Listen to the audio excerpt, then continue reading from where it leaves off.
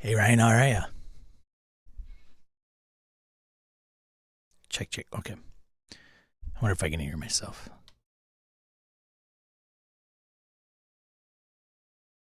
I don't know if I can. Oh, can you guys hear me? Can you hear me? Ryan, can you hear me? Oh, I don't have my monitors on. Huh? Oh my god. Oh my god. Todd Crapper is here. Oh my god. Oh my god. The border has fallen. Somebody man the border. Oh my god.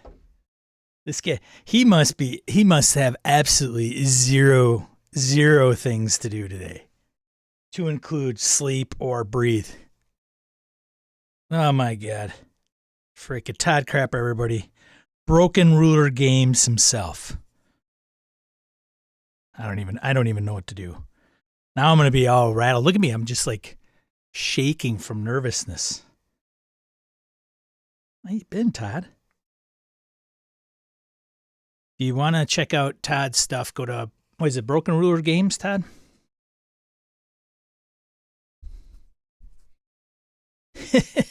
It's already taken over. Yeah. Yeah. What? Yeah. No comment.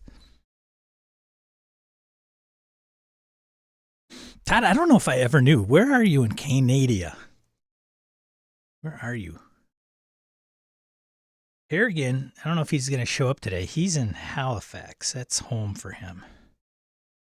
He's at home visiting family. At Phil, I think Phil's north of Toronto. He might be here. What's going on, Wayne? Wayne Peacock. It's like warm down here. I don't know why. I turned on the heat and I'm like really warm. I don't know why. I fire up OBS and it just like screws up my computer.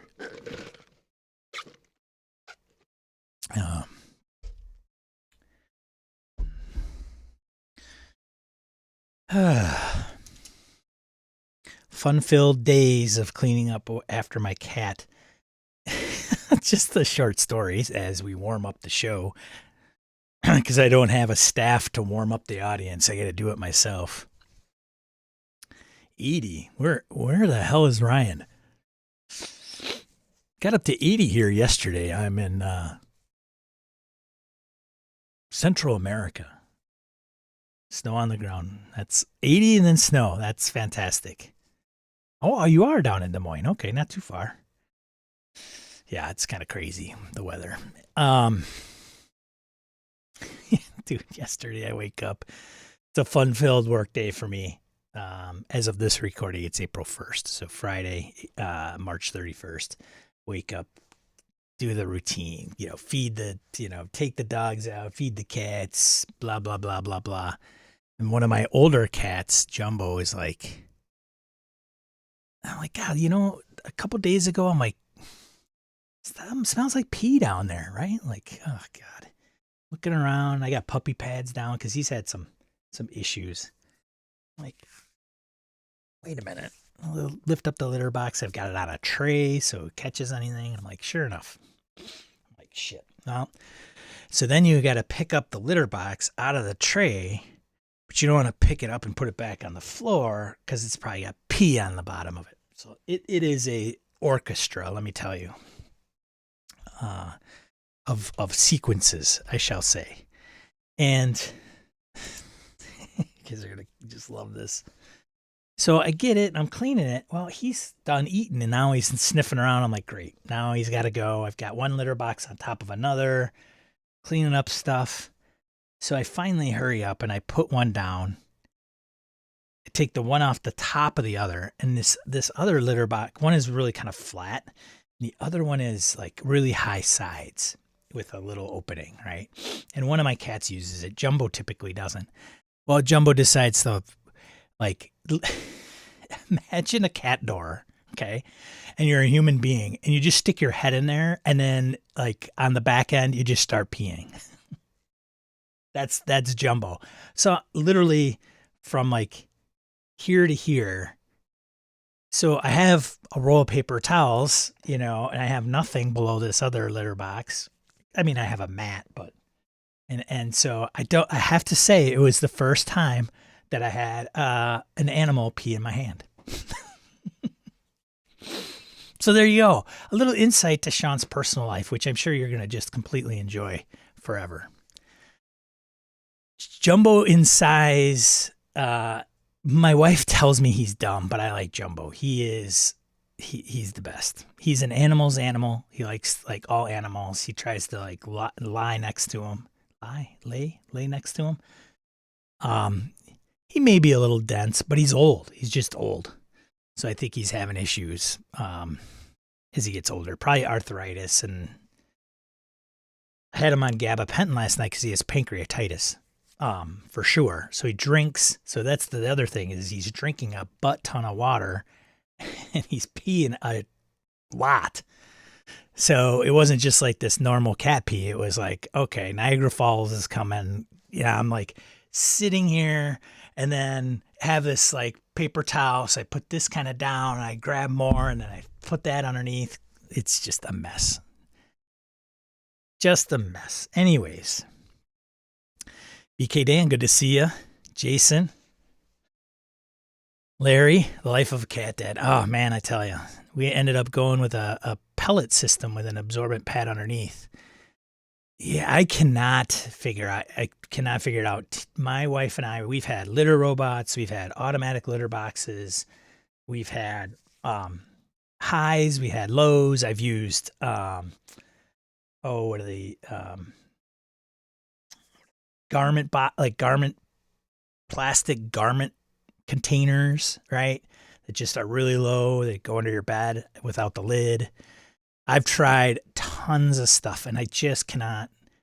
And it's not all the time. Both of my male cats have had urinary tract issues, which will cause problems. Jumbo, I think, is just getting old. He's probably got some arthritis and yeah. So pancreatitis too, drinking a ton of water. So I looped him up with gabapentin. If you've never used gabapentin on a cat, it can get him pretty freaking stoned. Like Jay he'll walk and then just trip and fall over. Yeah, Wayne, I think Jumbo, I think Jumbo's 16 too. Yeah. Anyways, BK Dan up in Connecticut, about 40 and rain here up by my family. BK Dan, my other half of the family, down in New Britain. Ryan says, I found out from my daughter that cats can't see water unless it's moving. That's why they like to drink from a sink. Oh, interesting. That does not surprise me. We've got a couple fountains that kind of wiggle around. We bought a little cat fountain that our cat drinks from. Clumping litter seems to be the win for us. Yeah, cat talk. Love me some cat talk. Yeah. Well, what's the internet without cats, right? Gabapentin, that's what I take. Guess that's what you get for getting pills from your vet. you can take it. Yeah. Yeah, the life of a dog and cat owner. But so I think I'm going to go to Home Depot today and get like what's called a concrete mixing pan, I think is what it's called. So it's like a 2-foot, I don't know if it's going to be big enough, honestly. It's a 2-foot by, I can't remember, it's probably not even 3 feet. So my fear is it's going to be too small, but it's only 8 inches high. So you can just like walk in and walk out. Apparently if they have issues like, it's too high and their joints are sucking wind, they probably won't get into it. So I don't know what I'm going to do. I finally figured out where to put the puppy pads because he just did it right before this recording. That's why I'm like, just another day. Because and you're not down. I mean, I have everything in the basement. I'm not always down here to watch him. So this morning he had his ass hanging out. I'm like, I grab it and put it in there and I'm like, Come on, Jay. You're driving me crazy, Jay. But he's he's my cat, right? Like Tam's like my wife. He just loves you because he will. If he sits on my chest, all 25, 6 pounds of him. Yeah. Anyways, it's hard to get mad at a cat that just. I mean, unless you're not a cat person. Anyways, good times, all right? Thanks for joining How to RPG Cat Talk.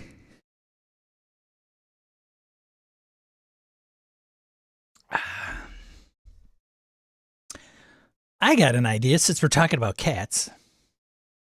We'll get it. We'll do this. So the question, I don't know, Todd, have you been here for a live stream? Probably not. So, hey, William, good to see you. Just getting underway. Since we're talking about cats, we'll talk about animals. So let's talk about familiars.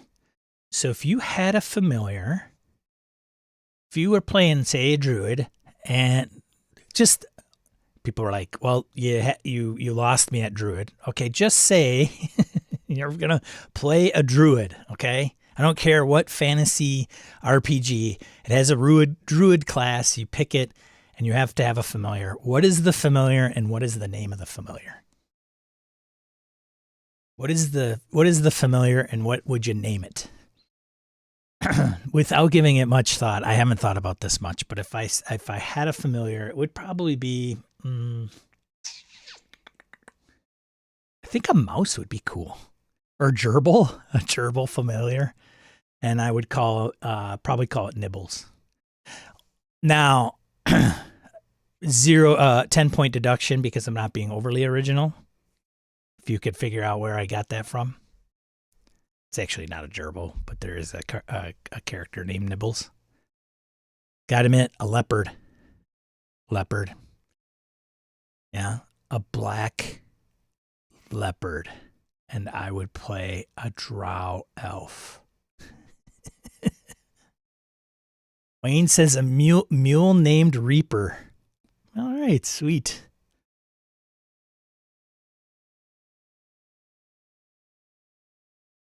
An owl named Hoot. Yeah, that makes sense. Without thinking about it much. Yeah, I'm kind of putting everybody on the spot. Because when you make a character, you got to like ponder for an hour on certain decisions. This would be one of them for sure. Because you don't want to have a familiar and go, I don't like this one. Can I change it, what it is, and its name? A raven named Nevermore. All right. Hail Poe. Good to see you, Roger. A mule named Nar. So I could say, come to me, Mule Nar. Mjolnir. Huh. BK Dan says a weasel named Squirrely. Okay, got some good ones out there. I like it. She says, I have a familiar in the one and only game we're playing, Gamma World. It's a mutated grub named Minnie that the group uses to burrow tunnels. Apropos.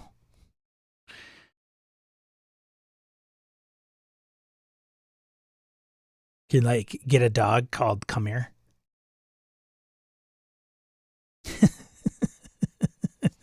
Yeah. Yeah. What's going on in RPG world?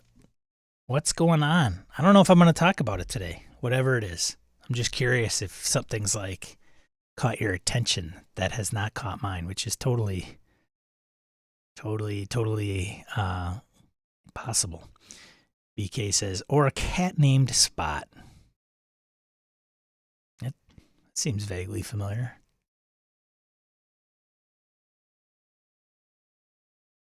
Morning, Nubis, or afternoon for you. Joe, WotC announced their their VTT. Yes, they did. I don't really want to talk about D&D today. For the first time, I agree with Time Monger. Not the first time, but Ty's usually popping in here, and if I mention D&D, he tends to go off a little bit.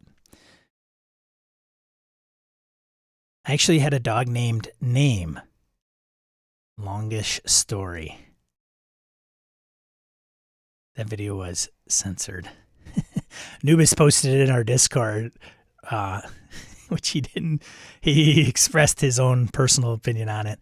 I watched it right after that, Nubis.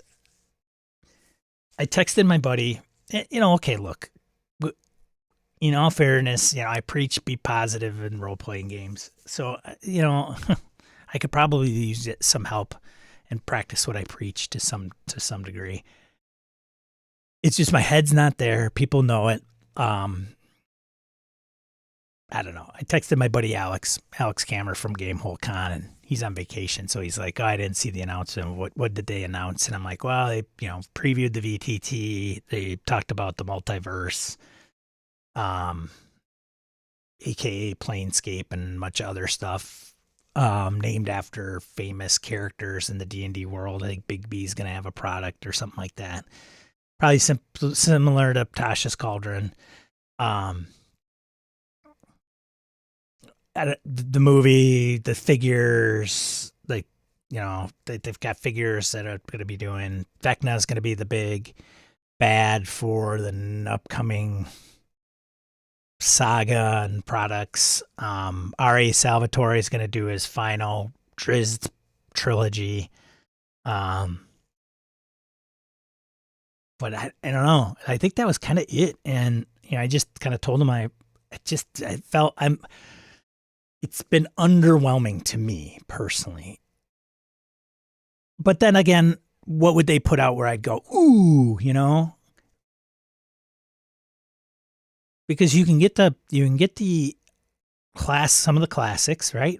From DCC, you can have them in the original and converted format in one huge doorstop tome, right? So those, and I mean, they're, I think they've got what, Temple Elemental Evil, did they do Castle Amber, the Keep on the Borderlands, the Isle of Dread, right? Just, there's a few out now. So they're doing that. WotC could have done it. They probably didn't see it as financially meaningful to them, right? Otherwise they probably would have done it. Like if the company doesn't do something, there's a reason, and it's usually money. So let's face it. But and Eberron was kind of my D&D setting for quite some time. I'm not a Forgotten Realms guy. I'm not a Greyhawk guy. Not Planescape. I'm not Dark Sun. I'm not Birthright or any of those. I don't. So and they released Eberron for 5th edition, which I haven't read in depth, but I have almost all the 3.5 Eberron stuff. So, and then they, released Dragonlance. I didn't buy it, which is surprising to me that they went with Dragonlance, but nonetheless, so, I grew up with the Dragonlance novels. They are half interesting to me. I kind of like the world. I don't know. I've expressed how I would probably not be overly. I didn't run Dragonlance when I was a kid. I think I tried it and got through the first 2 modules and then realized we were playing somebody else's game. Plus the novels were out and we already knew the storyline. So it was kind of, well, I want to walk through it. Let's go to Pax Tharkus. And then we just kind of hung it up because my buddy was playing Tanis, and then one other buddy was playing Raceland, and another buddy was playing Sturm. And then, I was known as Gilthanus, but so I didn't pick up Dragonlance. So it's just not, I don't, see, here's the thing. They could probably put out anything and I would be just like, meh. Because I'm not their target audience anymore.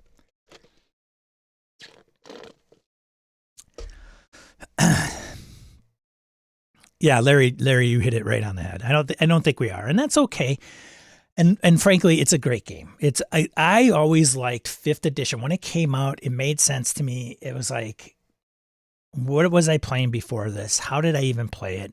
It was, for those of us that had played other role-playing games and came through the D&D ranks, okay, right. Like 3.5, 3.0. I was like, my buddy who convinced me to come back into the hobby. I mean, let's face it, if it weren't for that friend of mine and said, hey, let's game again, I've been running this. They got a newer version, D&D 3.0. It's like D20 based. Everything is like you roll high, it's like you roll typically a lot of the D20.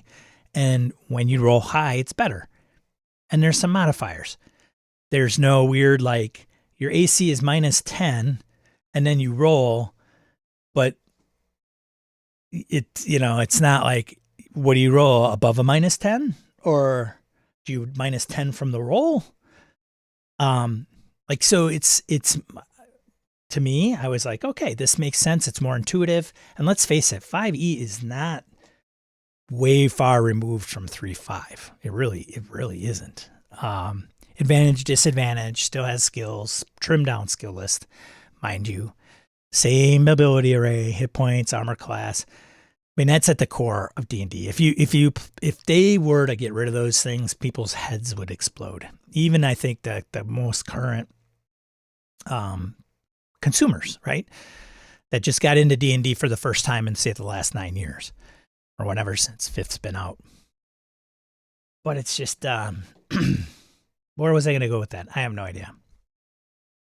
Oh, but I have to give credit where credit is due. It got me back into the hobby. We had some really good times. I think we ran, Lost Mine and Fan Delver. I remember running that the first time and having that goblin ambush, spoilers, down like 2 guys in the party. Boom, in like 2 rounds. I'm like, all right, yeah, because we were playing 3.5 before that. And, sometimes you could create somebody that was pretty damn tough.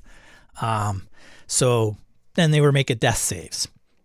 So I think for the first time encountering that, it was like, okay, stuff just got real, right? So, and then it was not my jam after years. So, I ran Tomb of Annihilation. I started Curse of Strahd a little bit. My buddy Doc ran quite a bit of 5th edition, and he ran us through like the red, what is it? The red hand, not the Red Hand of Doom. Might have been the Red Hand of Doom.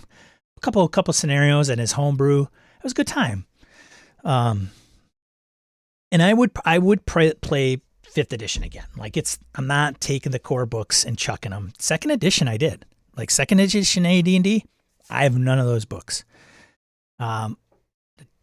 It didn't have the nostalgia piece that I think some of us have for some of those old games, and we just don't get rid of them because we've played them and they were kind of our first books. I do have my original Player's Handbook and DMG, but it's just, I'm not going to play AD&D, so I don't know what I'm holding on to those for.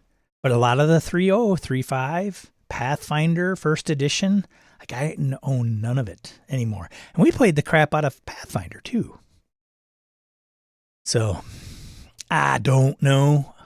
Anyways, some new arrivals. Phil, good to see you, man.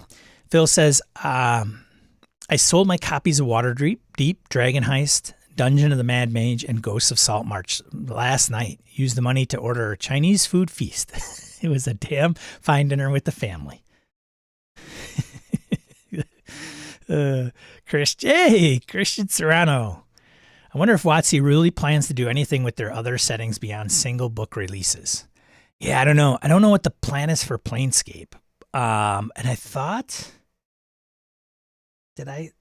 was there something like, hey, we're going to do this and there's going to be a subsequent book? I don't know. I doubt it. We'll see. I don't know. I could be wrong. Thacko. BK Dan, a word I've not heard in a long time.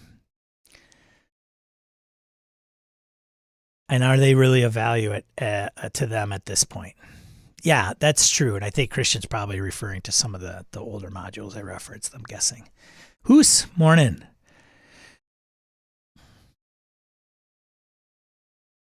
Michael Holland, they have value as lip service for the Uber fans of particular settings. See, we got something for our favorite setting. It also keeps the IP locked on items they don't use much. Yeah. Noobs, even if it isn't for me, I really don't fault 5e mechanically. It has done a great job simplifying everything, but everything else about it about it is, in my opinion, lagging way behind indie products. Yeah.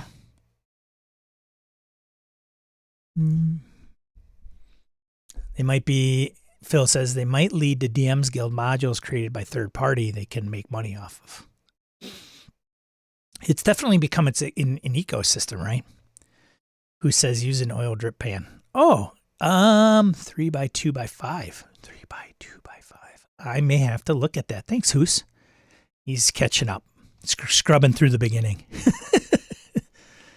3x2x5. That is probably the ideal. My fear is like, dude, I remodeled. Get it on the cat talk.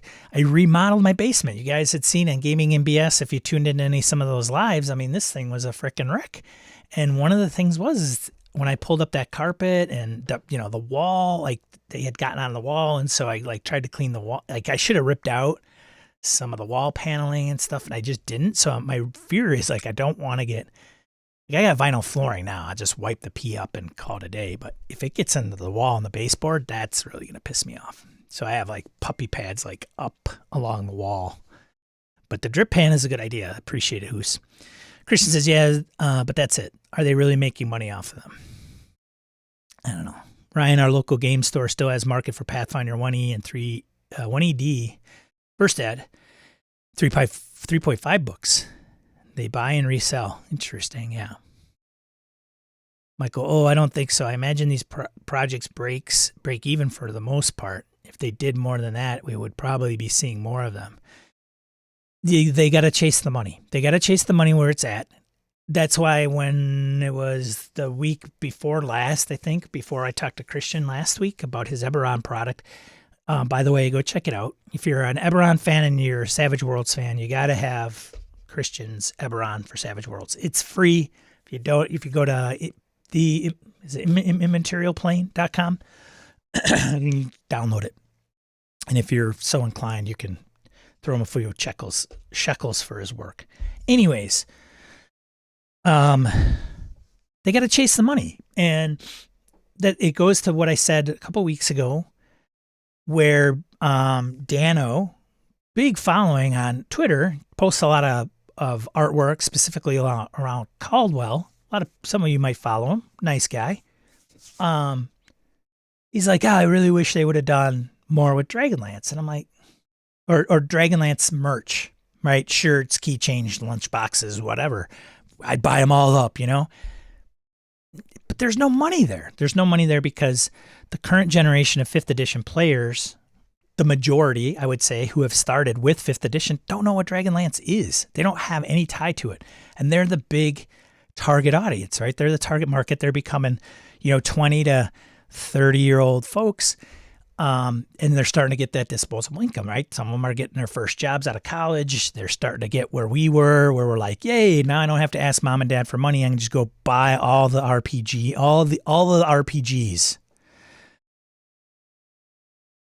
They're not going to know Dragonlance. And to boot, many of the Dragonlance aficionados probably aren't even playing D&D anymore. They got out of the hobby and never came back. I doubt they would see it. They'd probably see it in a Target and go, huh, what? Is that really Dragonlance? Wow, I remember that. And then they'd put it back on the shelf. Owl named Hoos. So in reference to Hoos and what he's putting out in the chat, the welcome question of the day is, great, got a text from my vet. The welcome question of the day is, if you had a familiar, because I started off the show talking about cats. If you had a familiar, you were playing a druid, you had a familiar, what would the familiar be and what would you name it? Mine would be a mouse or gerbil named Nibbles. Nobody knows the reference yet. Nobody's telling me what the reference is. It's not original. Chris Nizak, an avid 5e guy, right? Probably one of the most avid 5e guys I know that is here, right? I feel like I'm the only person who still enjoys 5e in this chat. Yep. I still run 2 campaigns using the game, but that's just because I dig the underlying game. Absolutely nothing wrong with it, for sure. And we need a 5e advocate. We get tired of hearing these guys like me saying they're not jamming on it anymore.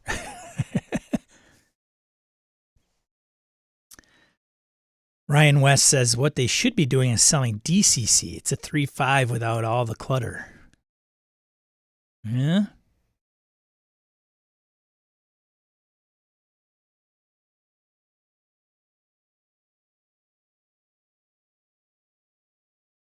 Chris, continuing, Chris says, and that's coming from someone who plays a lot of other games, currently 2 different Cortex games and public access. Yeah, you're a beast for sure. Heyo. P get into the wall, piss you off, say ironic for sure. Yep. Isn't it ironic, don't you think? If you try to plug in Infuser, yes, tried that. Tried, yes, Yeah, I have, Larry. Sean rolled a 1 on his ironic check. Or did I roll a 20? Jason, it's been a total Pathfinder revival in my FLGS ever since the OGL. Before then, they had stopped keeping Pathfinder 2e in stock. Yeah. Todd Crapper, Savage Eberron could be fun to run as a change of pace for a one-shot or short arc. Yeah, check it out, Todd. Yeah, and then Todd continues, but a lot of people dismissed Lord of the Rings as an older book when it was first going into production, and I don't think anyone wants to put a hard investment in a newer fantasy world. They got to go with what's tried and true, for sure. Like it's Hollywood, right? There's nothing really original coming out of Hollywood. It's all rehashed crap. Cripes, they're actually rebooting stuff. So they go with what's been tried and true, and even if it makes half the amount of money, it's still profitable, right? It's all risk reward. So, yeah. Michael Holland says, you're not alone, Chris. I'm not playing at the moment, but I've gotten past my burnout. What I perceived as problems was more I need a break, which is probably the case with me for sure. Todd continues. So something like Dragonlance has age, a built-in audience to start watching, and then the production has to do the rest. Maybe. We're also a small demographic. Xers are tiny. Like, you're taking a generation that's the smallest it's been since before the World War II. The smallest, I don't know. Boomers didn't want to, have a lot of kids, apparently. So Gen X is the smallest demographic. I don't know about that. I don't know if it's now, but definitely the growing up through 20 to 40 years old is the smallest demographic. So you take the Xers, at least here in the US, and then you put them in a hobby that's like this big. It's like we drive no market. We keep nobody alive financially. Xers don't. Millennials, Y, Z, they're a lot more than the boomers. The problem is they didn't have any disposable income for a while, because they were so young. Now that's going to change. So if I were Wizards of the Coast or any other company, who would be my target audience? I mean, let's face it. Gavin Norman did OSE. It's a great game, right? Yeah, it's rehashed BX. It's reformatted, but it's good. I like the format. The game's relatively simple. It is a different style of play, so it might not be somebody's style of play. But let's face it. Unless, how many 5e converts are playing OSE compared to playing actual 5th edition? It's all us, old crusty Grognards. It's just, and it's not, it's Gavin Norman is not going public tomorrow because he's selling one single game, right? And it's selling a bajillion copies. Maybe he is. Secretly, he owns a Lambo and lives in the Hamptons. That would be awesome. That would be awesome.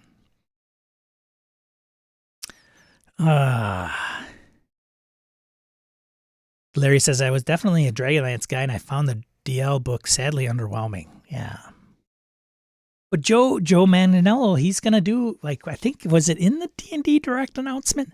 He made, because somebody's like, Joe's gonna direct a Dragonlance adaptation TV series or something like that. And I don't remember Nubis scrubbing through that and seeing it.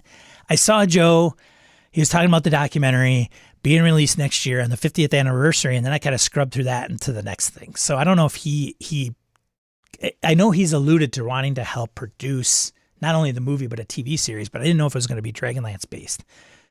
I don't know. I don't know. Maybe Dragonlance finds feet with Joe and him having the exposure that he does. I mean, if you can get enough movie stars to do it, it could become big. Just ask Dr. Dre and Beats.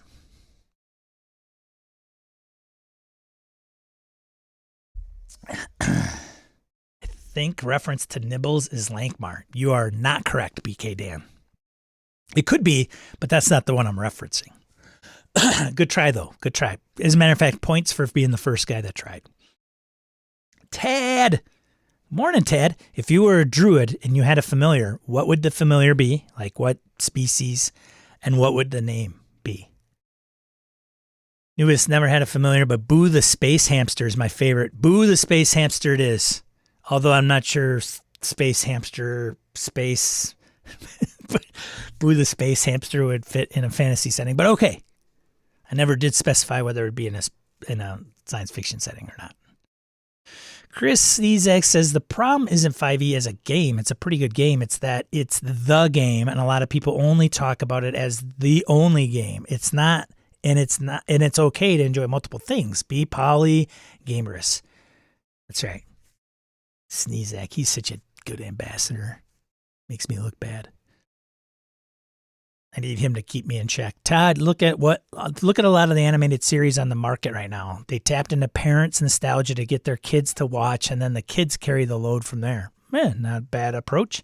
Like, how many versions of the Ninja Turtles do we need? My son's more their target audience. He's 22. Christian says, my kids, 12 and 14, couldn't care less about those shows. It's all over the board, right? Like microtransactions. There's like Brett's kids can't stand them. If D&D and WotC puts out microtransactions, they're not even interested. But you ask Kerrigan and he's like, his kids are all down with it. So where's the majority? I have no idea.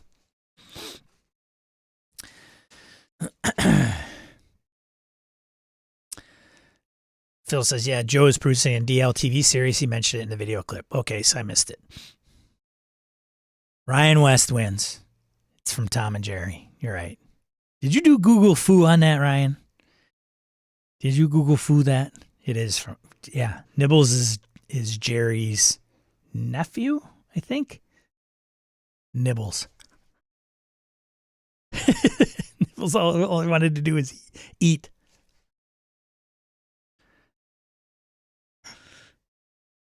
Joe Swick said, but Beats was a branding with Monster. Was it? I thought Dre gave him, I don't know if he gave him out, but he gave him a lot of NBA stars, and they were, seen walking around with them, and da-da-da-da-da-da-da, and it was like pumped up from there. Because I'd heard they're really not like, Joe, this is kind of your biz. Like, are they really that great quality? I don't know. I've never owned a pair. Larry, and I wish him well in that endeavor, but the book was not what I wanted it to be. I wish it had gotten the Eberron treatment. That book was amazing.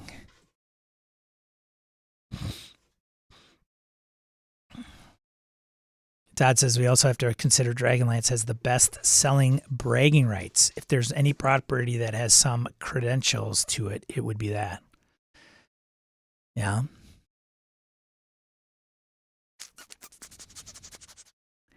Tad says Murray the Wombat. Larry, Tom and Jerry. Yep, you're right. McCollin agreed. Dragonlance enjoys success beyond D&D itself. Christian, I think Eberron was good because the original creator was involved.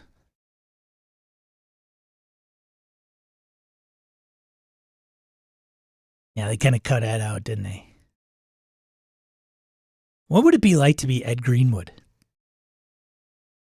Like, Forgotten Realms is this big behemoth, and you have absolutely nothing to do with it.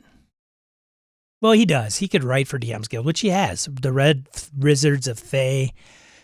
I can't remember what the title of the book is, but he and Alex Kammer came together and put that out. And it might get some traction after the movie. So we'll see. But, like, that's Ed's homebrew campaign. And, like, I don't know if he probably hasn't written anything official for it. It's like the de facto 5th edition setting. Like, wow. And he's probably I don't know how much he's had any involvement in it at all. Ryan West, it was the mouse in the diaper. That's right. Nibbles. Nubis says, Boo is the pet and companion of the Ranger Minsk from the PC TTRPG Baldur's Gate. An obscure reference. Oh, I did not know that. Just that was when they became a fashion thing. The newer products are better now under Apple, but all the stars wore them in a fashion accessories. Yeah. Yep, there you go. Beats are not better than most headsets. My son got a pair. You're just paying for the name brand, the hype. Yeah. What you really need is a miniature fire hydrant. Oh, if it were only that easy. Greenwood is doing YouTube videos now. Yeah, why not? I'll tell you what, Ed, wonderful man. Very nice. Just pleasant, approachable, a talker. No question. So, if he had a podcast, just hit record and let him, like, he could talk for hours. Having him stop recording would be the trick. But I'm not a Forgotten Realms guy. Never really jammed on it. Had the box set. Gave it to Brett. Here, Brett. Cheers. Spike and Sweetums was the big hairy monster from the Muppets. Hope your trivia names have been fulfilled. Yeah, my wife's a big Peanuts, so she could tell you all about the relationships, the last names of all the Peanuts, and all of Snoopy's family. Because Snoopy had he had a few brothers and sisters, I think. What are we talking about today? Hey, if this is the first time you showed up, welcome. Watching this, I promise you we will do some RPG stuff. We're sprinkling RPG in throughout. Bill, good to see you, Bill. Welcome.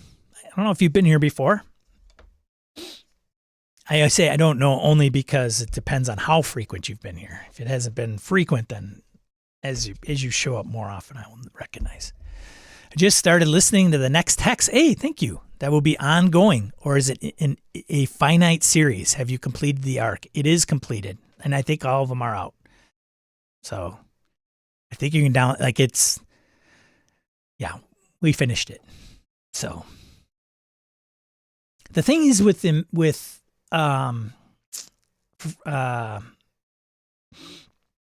Forbidden Lands is it could go on for a long time, like the way the game is. It's not overly linear. So thank you for checking that out. Phil McClory and Wayne, who are in that, are in the chat right now. So kudos to them as players.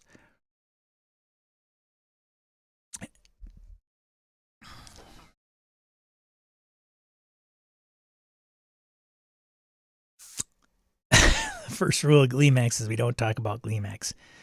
Give me a tome of settlements that I can plop down somewhere. GleeMax. Yeah, I remember GleeMax. There's not a lot that you can find on it out there. Man, that shit has been scrubbed. I think there's one video at the presentation at Gen Con where they displayed the character builder that you can find. But there's not a lot out there. Man, what vaporware that thing was.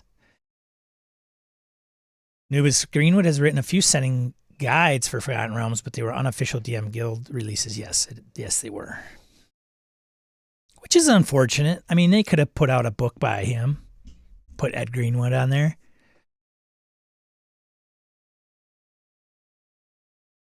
It's too bad Ed didn't get a thank you nod in the D&D movie. A lot of people had commented on that. Well, not even Ed, just they didn't nod to Gary, I don't think. Gary, Dave, they just like nothing as far as I know, Phil. Which is just a hidden or a miss. As a matter of fact, somebody tweeted, I think Matt Forbeck might have been. So if you don't know Matt, he's here in Wisconsin. Nice, super nice guy. You ever run into him at a convention, just say hi. He's just a genuinely nice guy. And he writes a he writes a lot. He came up through the RPG circuit. He's actually working on Marvel RPG. He's like the head designer for Marvel RPG, the current version.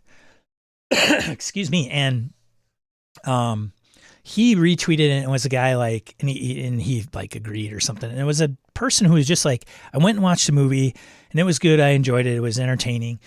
But it's unfortunate because there was no acknowledgement to Dave or Gary or anything. Like, it would have been nice if they just would have said like, thanks Gary or Dave or something along those lines in the credits or whatever.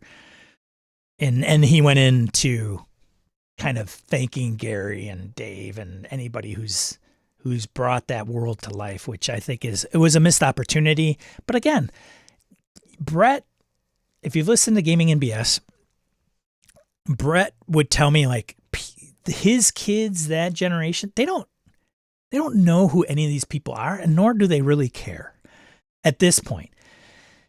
The only reason some of us kind of like knew about it was because Gary's got a weird name, and it was almost on every book of AD&D back in the day. But I don't even know when I actually knew what he looked like until, geez, I don't know if I was even, like, I might have left the hobby, still not know what he looked like. It wasn't like I was going to Gen Con in Lake Geneva every year. Might have not have been until my 30s, mid-30s that I even know what he looked like. I'm not sure. So the personality piece, unless you're like Critical Role, I think it's kind of lost.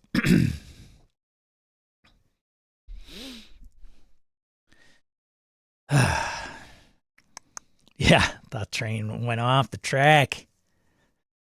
Welcome to How to Pets, the sprinkling of RPG content. Come on, you guys know the deal. I mean, yeah. You could rename the stream to My RPG Talk of the Week, April Fools. Hey, April Fools, stay off the internet. How to Pets is the newest offering from Litterbox Studios. That's it. Now we're getting into some Brandon there, right? Phil McClory, that accent I tried to use for con was horrible. It makes me cringe listening to it. It's all right, Phil. Hey, it's all right. Speaking of accents, Phil,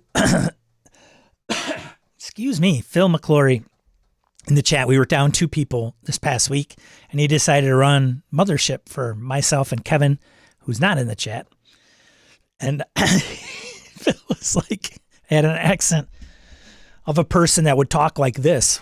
Holy cow, jeepers, criminy, look at that thing there. We should probably do something about that. And he was trying to figure out where it was coming from. And his first inclination was the McKenzie brothers. And I said, well, there's probably a little bit of it in there, but my guy was Hank. He was a Teamster. And I channeled my northern Wisconsin accent. And I still got to send you that, Phil. Charlie Barron's video.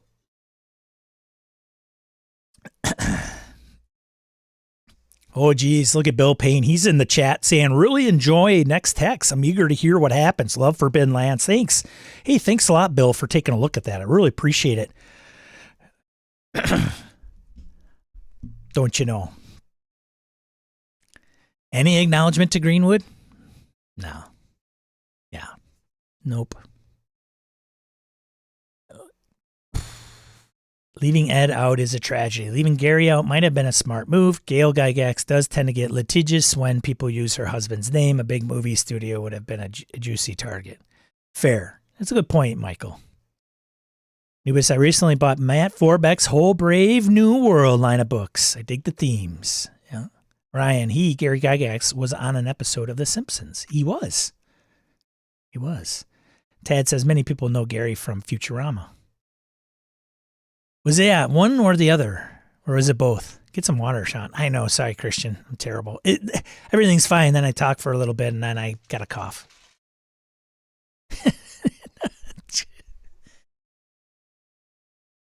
Speaking of Salvatore earlier, I actually gamed with him when I was a kid out at GaryCon. Hey, well, maybe your character's a character in one of his books, BK. Talk about... See, I'm telling you. Fan fiction, man. It could become huge. You got to write well. Anyways, let's get to some RPG stuff. Blast it all. More RPG stuff. What do we got? What do we got? What do we got? What in the hell? I just cleared this out last night. What is going on? Ah, for Pete's sakes.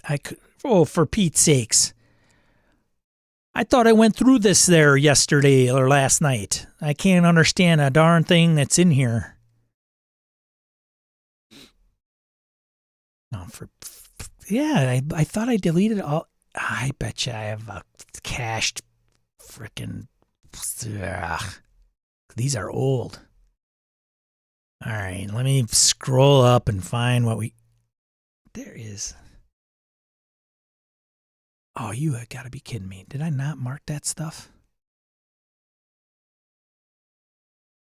No. Oh, okay. There's some of the stuff I posted. So weird. So strange. My way of doing things. Don't get inside my brain, people. It's a dangerous place. Bag of flour. Ball bearings. If you ever go spelunking. 50-minute preamble. Let's get down to business.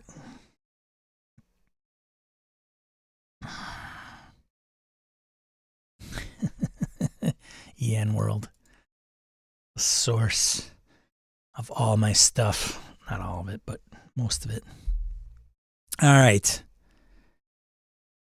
Hey, D&D movies out, by the way. There's a comic. There's books being done. There's a lot of stuff. Here's a screenshot of the VTT. And I loved how they did it in the video. Like, you know, what is it?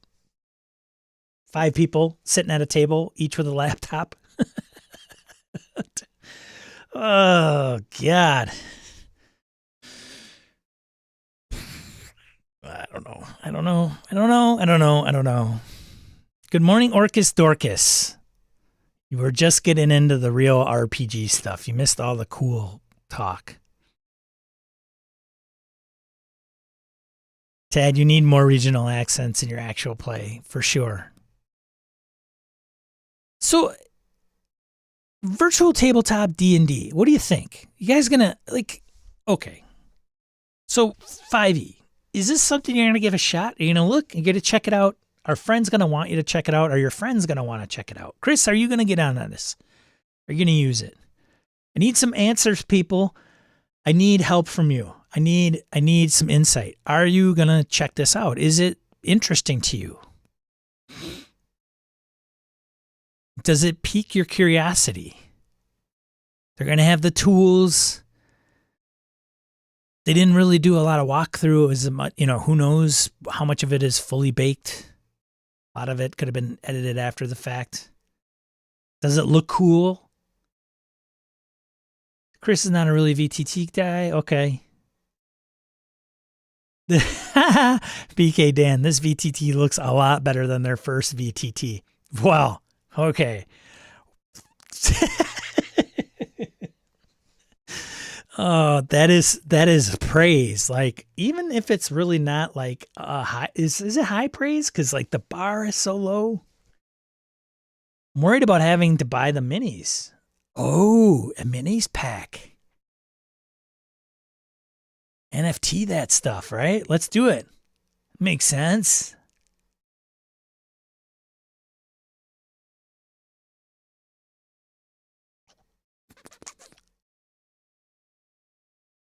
Chris, you've seen the movie 3 times? Jeez, dude. That's an animal there. I just got all my friends to start using Owlbear Radio. Michael says it does. The one thing I did not like, the implied emphasis that it would be used at the table or remotely, and it dawned on me that's how they are going to monetize players. We don't know what the build experience is. Yeah, I got to think that there's going to be two options on the build experience. They're just like in real D&D, just like in other RPGs, or the creation process, I think would be my guess, Christian, would be you can, I don't know, buy a library of stuff and you could plop it down. So I think there's probably, let's analyze this for a second. So let's give them the VTT. Let's give them a base package for the cost of the VTT that allows them to do, like, maybe there's some tiles, like green tiles, and you can flip them around, and you can, got trees, and you can make like the world you plop down, maybe. I don't know. And if you'll notice in the picture in the upper right around in here, you notice the grid. So these are very much like grabbing something off a shelf and plopping it down, right? They're set. It seems like they're set pieces. Where some of us, like, I know Hobbs is a big Roll20 guy. He does like a big map, plop down the map, put a site here, put bushes here. Like, he gets down into the gritty details. Like, I'm going to put a tree over here, rocks, maybe some highland up here. So I think there's going to be two approaches. I think there's going to be that approach where you can, like, whether it's you got to pay for those things, or if those things are going to be just like, you subscribe, here's your base package that allows you to make some scenery. And then I think there's going to be the pre-configured ones. So when they do Tomb of Annihilation, just like Roll20, you buy Tomb of Annihilation and you get, like, and it'll probably be like, do you want the gold version? Do you want the bronze version? The bronze version will get you like the D&D Beyond, like, digital version, right? Of the book-ish, right? And then in the add-on, if you get the gold, then it's going to be the book, and then those things are going to be keyed, and then you're going to have maybe it just, like, boom, the entire map of Chult, the jungle, and if you zoom in, you can get into the tomb and, hey, spoilers, you can get into the tomb and the cities and the sites, and they're all done. That's what I would see as another option, and selling that, right, as a package. Who knows what the price tag is going to be? I mean, I'll tell you what. I had Foundry, my VTT of choice at the moment. There was a plugin that allowed you to take your D&D Beyond stuff and port it into Foundry. And when I did that, I was like, whoa. So there is definite value if Wizards decides to say, hey, insert module here, Sinister Secret or Saltmarsh or whatever, Dragons of Tyranny. And you buy that and you get, like, all of the thing created and done and keyed. And all you have to do is just move the player tokens to the right map, unveil it, and it's done. And when they about to go into a room, you click a number, you read the description. Like, it is, I was like, wow. And all the walls are done. All the lighting is done. Like, you don't have to, like, make it from scratch and put down your own map and draw the walls around it and put in the lighting. It's all done for you.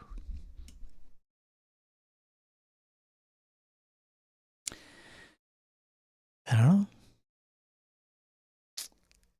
Larry says, I don't need yet another virtual solution to remote play, especially one that is good for only one game. I'll pass. Yeah, Chris kind of agrees. My Saturday might check it out, although we do prefer Owlbear. Okay, haven't played 5e or any modern D&D, but I really like VTTs. Hey, what's up, Living Ritual? Good to see you. I really dislike corporate greed in VTTs, though. Yeah, the old corporate greed. There's a little irony in the corporate greed space. I gotta like a little corporate greed. It helps me live.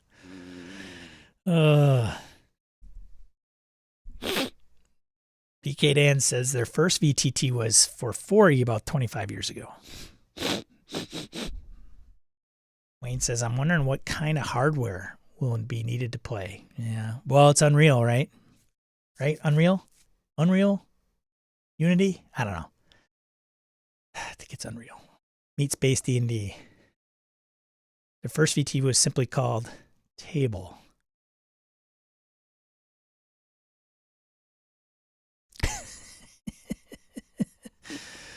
Like the dungeon tiles they sell. Maybe. Probably. Why not, right? And then they could sell them in print. Want to do it at the table? Here. You ever want a comprehensive look at VTTs, you should ask John Arcadian from the Gnome Stew. He's played with a dozen of them and wrote a pretty solid article about the experience on Gnome Stew. Go out and check it out at gnomestew.com for sure. Have they mentioned any sim-style custom environment tool? I do not know. It was very high level. There wasn't a lot of nitty-gritty in that video.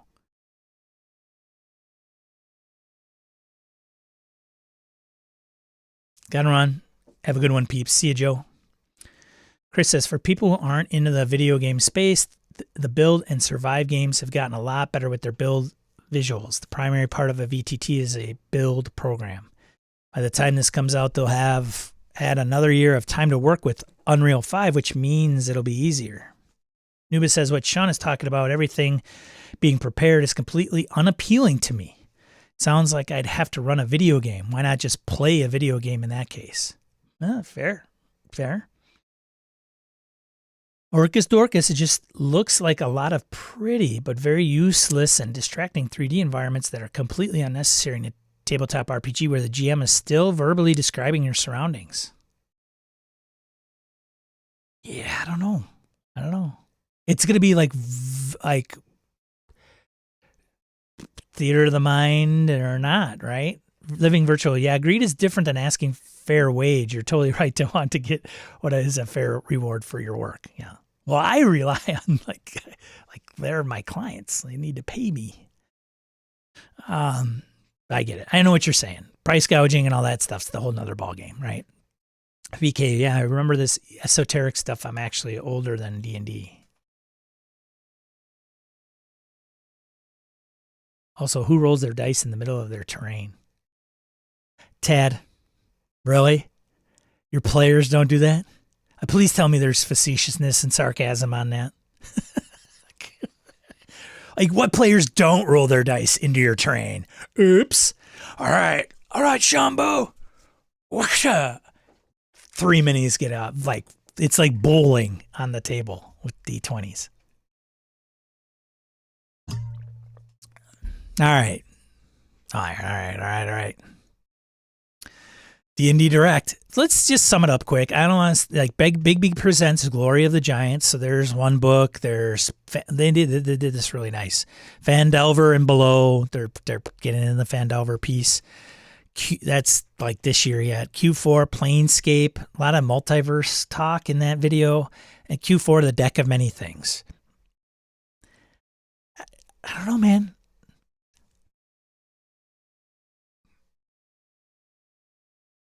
I don't know. Just, yeah. Okay, cool. Great.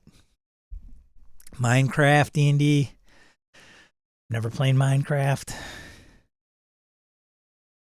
Figures. Displacer. This might be cool. Displacer Beast. I mean, okay, take D&D aside. I mean, have a Displacer Beast on your desk at work or, at home. Or what are the other ones, I think, right? I think there was... I thought there was was there a Beholder? And then there's Pulse. I heard Pulse is kind of like I don't know. Anyways, Oh, Xanathar. That's what it was. Figure of Xanathar, which is Xanathar is like a beholder, right? Brown owlbear. I don't know. Level up, 5e. Okay, here we go. Get into some stuff. Twilight Imperium. Who plays Twilight Imperium? That freaking game has always intrigued me. Like, big, huge coffin box. The parts as far as the eye can see. Probably a 3-hour setup. Bad planets, races, resources. Like, I have no idea what I'm talking about. But damn, that game looks cool.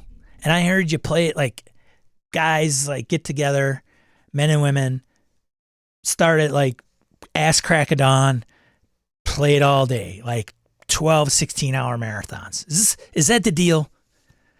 So I didn't know if you knew this, but obviously this is a property, Fantasy Flight Games, and all their RPGs went to Edge Studios, which is all one big conglomerate. And Edge Studios they've done Midnight for 5th edition, re-release that. They've done the Legend of the Five Rings. And it's always been said that they were going to do one on Twilight Imperium. And so now they finally are like, okay, we're going to do this, and it's on its way. They put it out. So I don't know.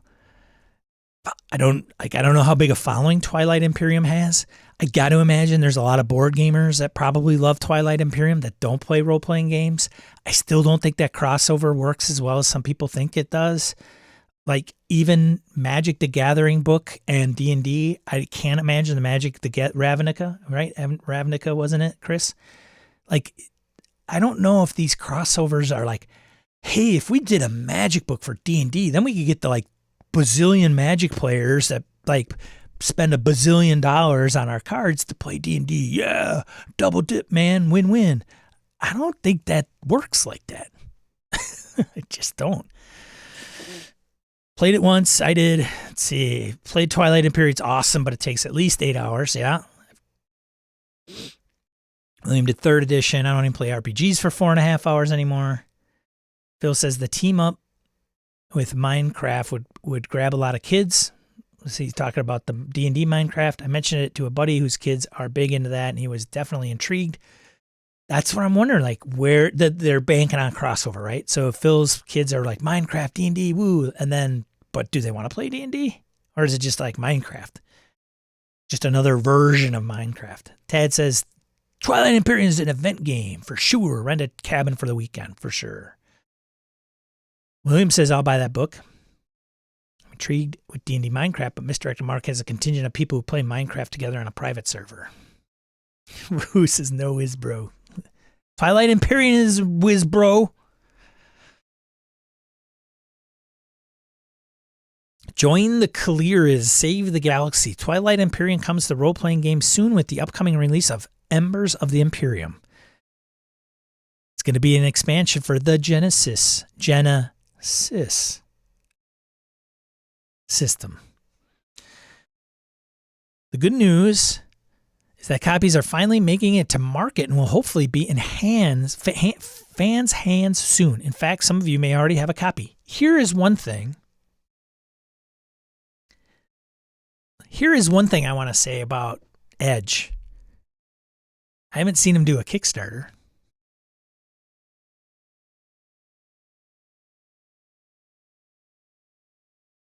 I don't know if that matters, but they're going to just put it out.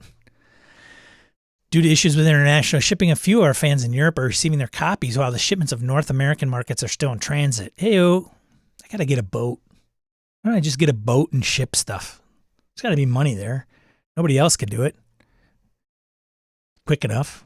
There's not enough. There's a demand there.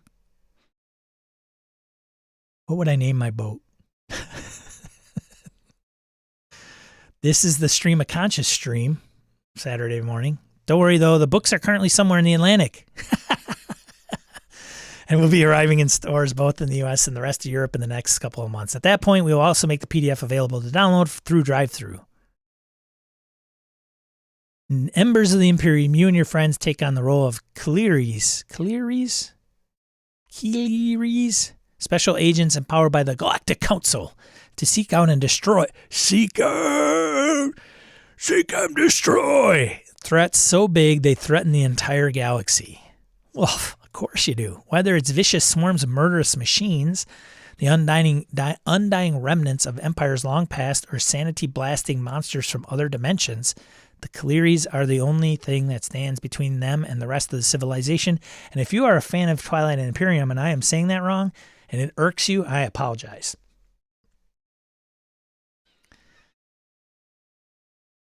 See you, BK.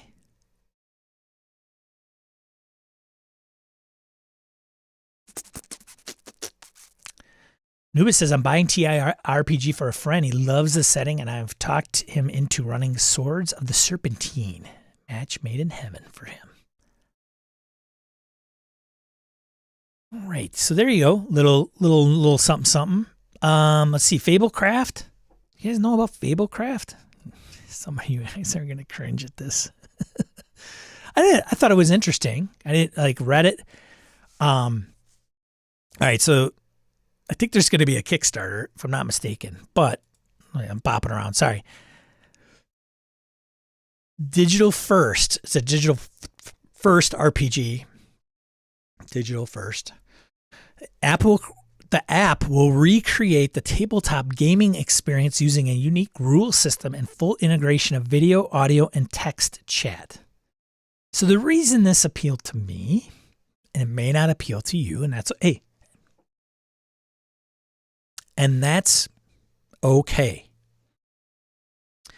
The reason I wanted to check it out was we talked about innovation in RPGs, right? And if people are RPGs to me are this thing, and these things, great. And a table and friends, fantastic. What, is there room for things to make it a better experience, better, relative, So just with the tools that are out there and freely available and easier to accomplish, even self-publishing is a whole nother ballgame than the mighty 80s. So it's not for everybody. I get it. Okay. But nonetheless, what do they say?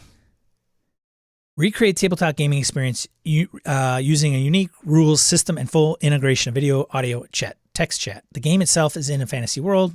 Talks about the setting.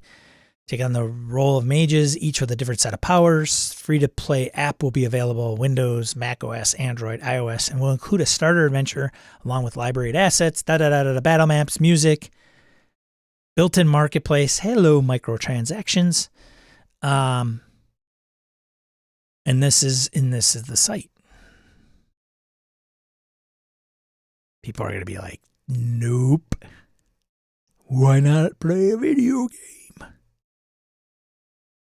Things are going to blur. For sure. I don't have any. There's nothing else on this. Oh, here we go. Scroll down here.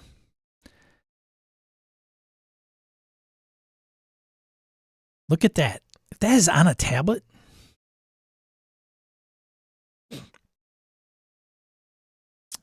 enjoy rich adventures in sessions of 90 minutes or less. Love to play RPGs. I just heard they take 4 hours. You can do it in this one for 90 minutes.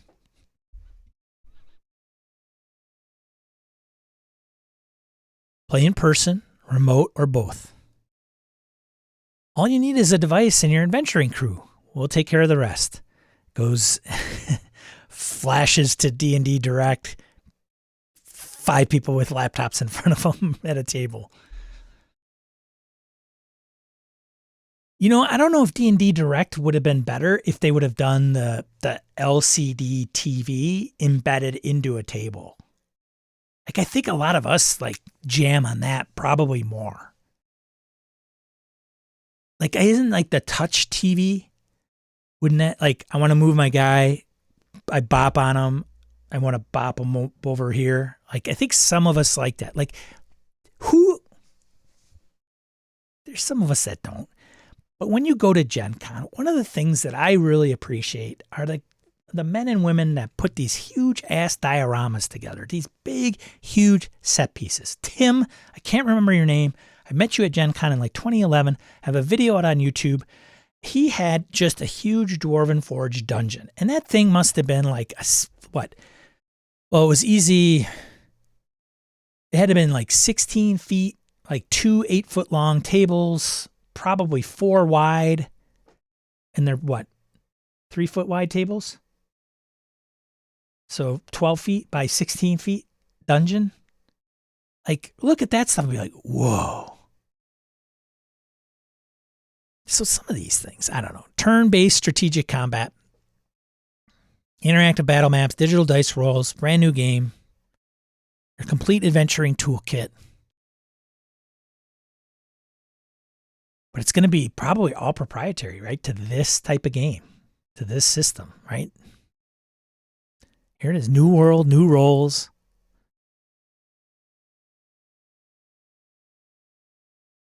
But here's the thing. Here's the thing that kind of intrigues me a little bit about this. Like, this may be like complete turnoff for most of you. But what if this is the next biggest thing? What if this is like Fortnite or something crazy? Like, what if it's WoW, the next WoW? What if that RPG kind of combination is that? Is it Wizards of the Coast? Like, I think sometimes to myself, Wizards is this far from just not being the leader in tabletop RPGs. Radical? Hot take? I don't know. We live in a weird society now where it's very whimsical. Like look at the social media, look at the social media landscape. TikTok has been around for a hot minute in the social media space. And they're blowing players that have got like more money, more staff, more resources, and just came out of nowhere, like AI. Like, can you imagine using ChatGPT for all your search needs? Google is like, then what is Google? Talk about a frickin' kick in the nuts. That's why I'm thinking, like, I don't know, maybe there's something in the RPG space that is just like going to be, it can happen. That we haven't gotten to it, but Shadow Dark has raised like $1 million, $1.4 million. They could have like a goal of $10,000. Google has Bard. Yes, it does. Have you tried Bard?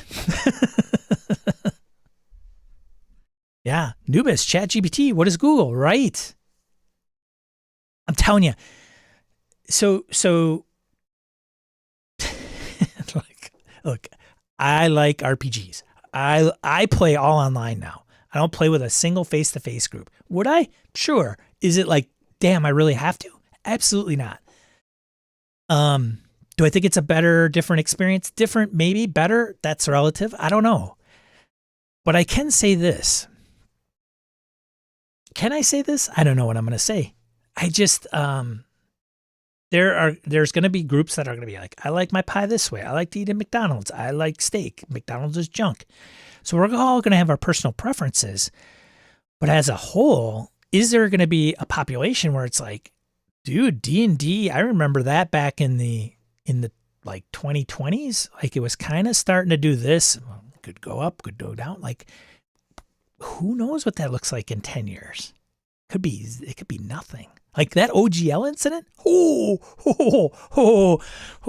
If they didn't backtrack on that, where would it end up? Who knows? Who knows? So I think there's just kind of like this business as usual type of thing.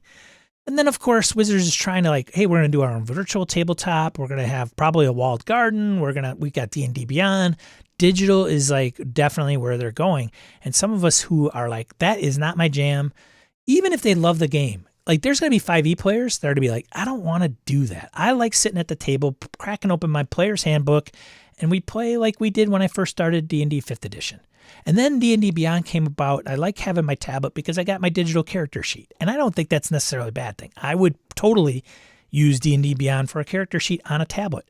It's not intrusive. It's like literally like a pad of paper, but I just have to like click on things. It does all the adding for me. I don't have to think about it much. I don't think that's a huge leap for some of us that are like pen, paper, and dice, man, or bust. But I think with the tools and the technologies that are out there, dude, this whole landscape could just turn on its head. And I don't know, maybe people are like, dude, you're out of your mind. You have no idea what you're talking about. But okay, maybe. Yes. Chris says, I'm intrigued by this. I'm guessing this is the next thing when someone catches fire with it. I just haven't found a program that's easy and cost effective enough to use at the table. And here's the other thing, going to Chris's point. Somebody could check this thing out. This thing, that thing, whatever it is. We could be the late adopters. Wait a minute. What is this thing? Am I missing out on something? Maybe I'll give it a try.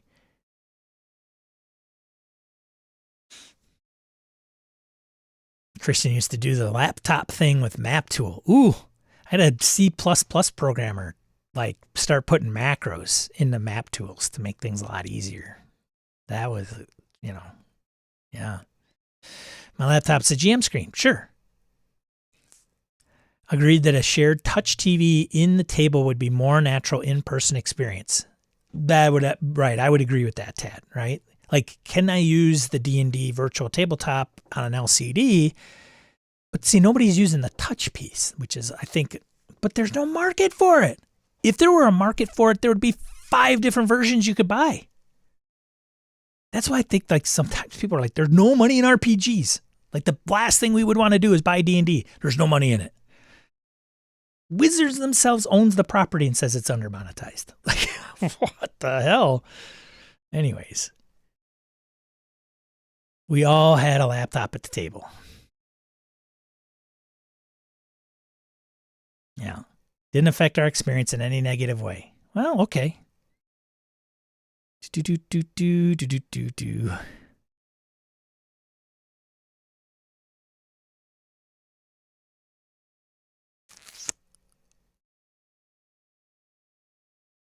Four of my 5 groups are face-to-face. Michael Holland, true story.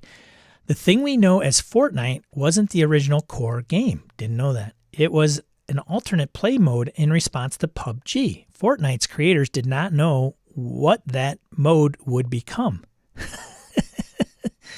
Sounds like the same thing that happened with Dota and League of Legends. This could be the future of D&D for all we know. This is going to be streaming music versus vinyl. Yeah, for sure. That is probably the best analogy. Some of us are going to just be the vinyl guys. Dude, I got so much vinyl, man. I got like 2 turntables in case one breaks. Vinyl's the way to go. Picture discs. And then newer generation going to be like, what? Huh? Phonograph? That's like my great-grandparents used to use.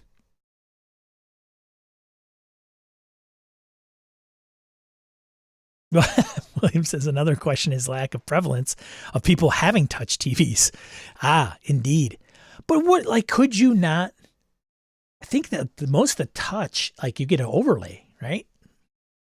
Like a sensor overlay and you just kind of lay it over. I think that's how it works. And I'm sure like the app and all that other crap is just a pain in the ass to get configured. Anyways, what do we got? What else do we got? All right, so that was it for the news. Slow news week. Go to print news. Slow RPG news, but print news, well,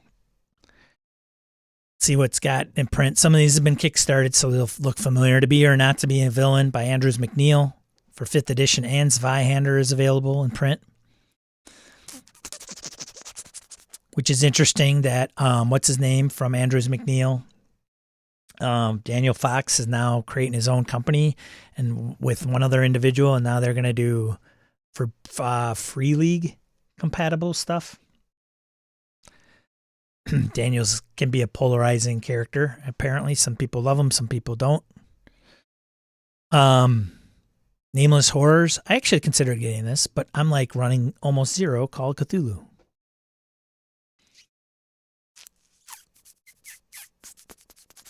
Force 4 from Alderaan update for BSers. Always Force 5. Always Force 5, Phil. Even if there's 4 of you. The 5th, who knows? I'll give you an update. Maybe. Nameless Horrors, Call of Cthulhu 7th edition Pulp Cthulhu. Which I have. The Pulp Cthulhu. That's available. DCC. Some people love some DCC. Bloom of the Blood Garden. Bloom of the Blood Garden. $11. So I got some Dig Dug cover, looks like. So it's a 0 level funnel, by the way. You should probably know that. Twisted Gardens of Cobb Hill, the crumbling manor and the dark spaces within it all hold terrors for the PCs to encounter. Perhaps some survive. Unknown to the PCs, spoiler, the ancient blood pact is being honored, allowing a demonic being entrance into the world. That's a hefty freaking mission for some gong farmers, if I've ever heard one. Holler. Holla. Savage Worlds. Really? Come on. Christian. Holla. Dude. Holla. Appalachian Apocalypse box set. Holla setting book and Holla GM screen and adventure booklet. Holla map pack and Holla map pack 2. Holler's a lot of fun, Michael Holland says. All right, Savage Worlds edition. Get it while it's hot. Box set. Or you can get them separately. Black Chrome. Our Talsorian Cyberpunk Red hardcover supplement for $40. 170 items. New apps, gear, linear frames, weapons, cyberware, vehicles, fashion, and armor. Also has new lore about the Megacorps and Neocorps trying to claw their way back to the top of the hill.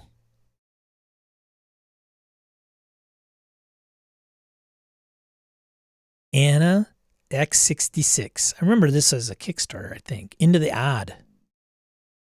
Softcover supplement. The PCs wake up in a world that hasn't recovered from devastation and desperately needs their help. Shitty characters and half-buried artifacts that defy the laws of physics pop up often. This science sounds pretty cool. Pretty cool. PCs are incredibly weird and discover there's a super intelligent AI that wants to assist them, but that hasn't gone well in the past. Some of this stuff's going to get old. Like, oh, AI in this game? We have a better one outside of the game.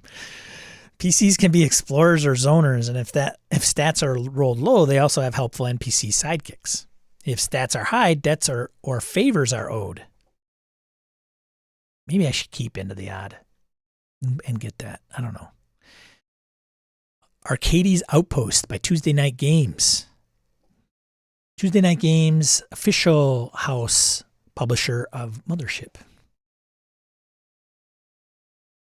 Do they do a lot? Chris, you might know. I always see a ton of Mothership stuff, but I don't know if it's ever done by Tuesday Night Games and the crew. Arcades Outpost is an independent trading outpost located in the outskirts of Larstown on the remote moon of Karth. It's $5.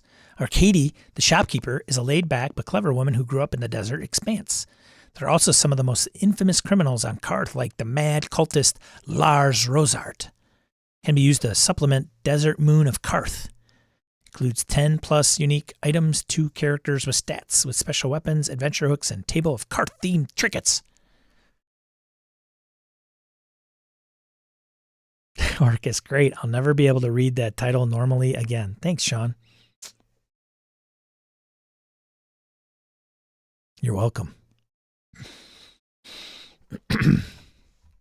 Holla. No idea, Chris says. Okay. Iron Sworn Star Forged Asset Deck by Modifius. Deck of 90 dry erase cards. Ooh, dry erase cards. $18. Who's played this? I got this, man. When am I going to get another game? I'm going to get to the table. Nubius, Mothership has a thriving 3PP scene. Third-party publishing. Me and Nubius speak the lingo. TKG, Tuesday Night Games, is busy with the first Kickstarter, so they haven't produced an official product in a long time. Okay, good to know. Thanks, Nubius. Dig the second camera shot? Yeah. Well, thanks, Chris. Dude, let's not forget the third. Right? So, Edo Primelings. Counterblast. The system is Counterblast Adolfini. Adolfini? Oh, God. Pack of 3 or 6 unpainted miniatures and some assembly may be required.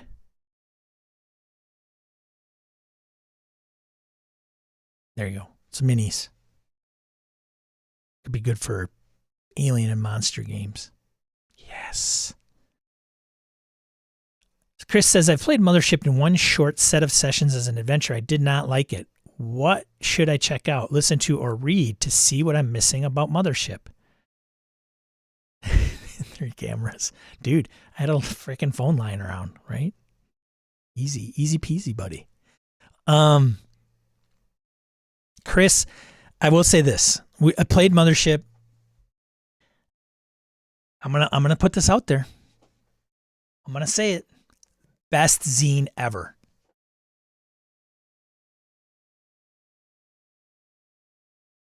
Best zine produced full game ever. Sean, how many zines have you looked at? Not very many. It's like living in Wisconsin and like, hey, yeah, you kind of grow up skiing and you think you're pretty good. And then you go to the Rocky Mountains or you go to the Alps. And then you come back to Wisconsin and you go, I can't ski here again. And that probably helps. Tad says, what didn't you like? Mechanics, setting, tone, theme. That's probably the best question. Good. Tad, smart guy. Smart guy. Well, I think, Chris, first of all, depending on what the mechanics, yeah, it's not a favorable PC game. Like, I think if you want to, here's my take on that. Is it the mechanics and how you resolve things, like roll under the target number and your abilities are only like, and it's percentile. So if you have a 35% in strength and you have to have a strength check, you have to roll percentile, and inevitably you will, that the odds are you inevitably fail. Tone and theme are solid. Okay.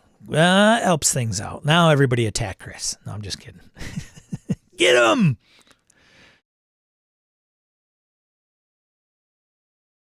The setting is fun. Yeah. So it's the mechanics. It's just the percentile roll under. Because I think that's kind of that's like the big. Phil's left. Is Phil still here? Maybe Phil leave? No, he's still here.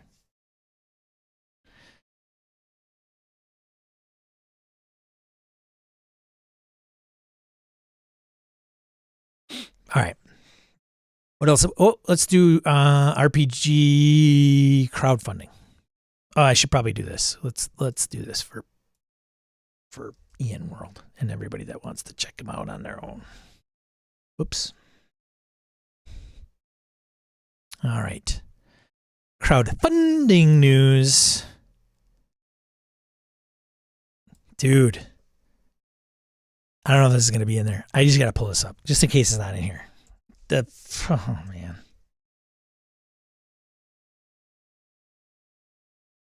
This is insane. Hussy's not even in the chat to appreciate this. This thing. Battletech Mercenaries. Any of you in on this? 4.7 million, 4.8. Let's just call it, right? Let's do a small rounding error. It's $4.8 million on a 50K goal. 17,000 backers. Still has 19 days. That's crazy. The Walking Dead RPG hasn't even broken, I think, 500,000. Now, the cost of this one's probably higher, right? Like, I think the minimum $15, but that's 160 backers out of the thousands. The majority are at like $80 is kind of like the bottom basement majority. Of the majority, the lowest amount is $80. Then it's like 5,000 backers at 150.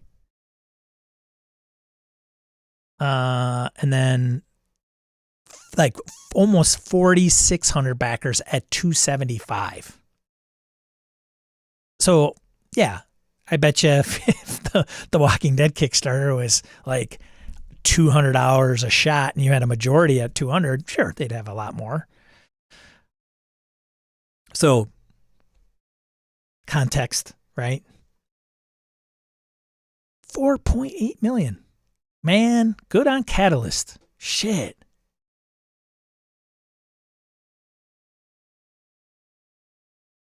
Chris says, my expectation was a horror game when it starts out and with competency, and eventually you realize your competency doesn't matter in the face of the horror. Orca says, wow, even better than PPNFDS zine. Sorry, look it up. Don't want to be banned. Oh, Todd Crapper says, didn't know I used percentile, which is meh, but Mothership is on the convince one of my players to run list. Chris says, I felt incompetent from the beginning. Yeah. So you played it right. No, Nubis, Mothership does not have an official canon or a setting. That's what the modules are for, and even the setting is between the lines, inside random tables, etc. Phil, here we go. Yeah, I could appreciate how tough the mechanics are. You're more likely to fail than succeed. In some ways, I think that's the point. Space is meant to be brutal and harsh. Not sure how 1E will tweak that.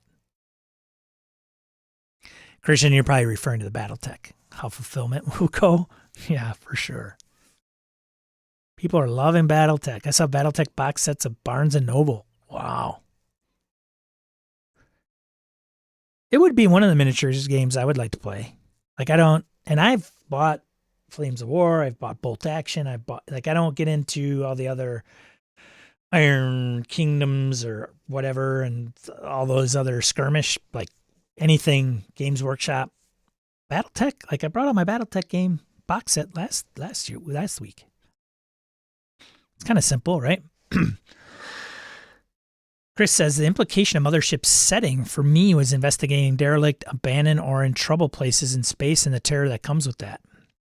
Well, that's the thing, Chris. There's so many supplements. They're like anything from a trifold brochure to a zine to, geez, what is the big one they did with the diverse amount of contributors? But not all of them inside our Mothership. But they're relatively short. They're usually, it's kind of, many I would say are one-shots, even though you can run an ongoing campaign, but it's very much like trying to capture old school feel, like as in some of the people have alluded to, there's not like a fixed campaign setting. So there's actually some products out there that are like, it's a space station. It's got politics going on. It's not necessarily horror. It could be just politicking and stuff like that. So at the core, I'd say Mothership is, well, it says right on the outside of the zine is like a sci-fi horror game. So,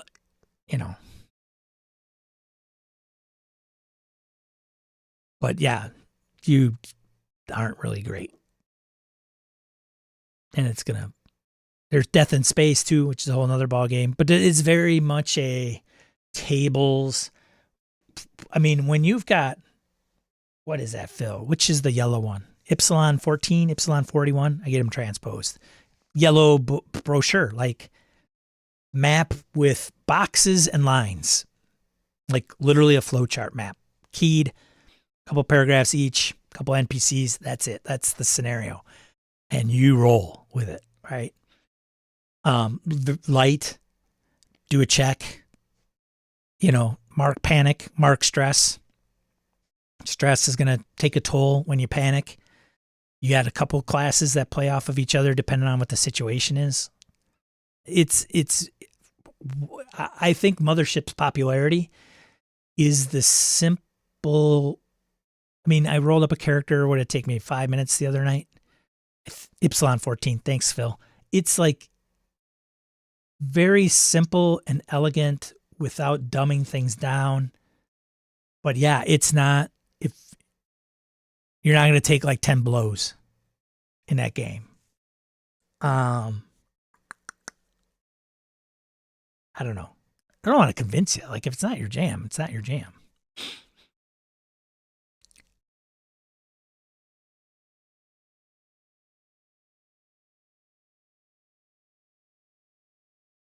Yeah. So if it's because you're like on good with the tone and the kind of setting, right? It's just the mechanics that you're kind of not jamming on. That's fine. Like I totally get that, but it is, yeah. Your strength is like 30. Like you roll 3d10 and then add 30 to it. So the most you're gonna have is 60%. Well, and that's not true because then you could get a bonus on from your class. But that's if you max, right? Then you're probably looking at 65, 70. Like it doesn't go higher than that. But as I think you play longer, you can increase those. I'm not sure. I can't remember. We haven't done character advancement, so.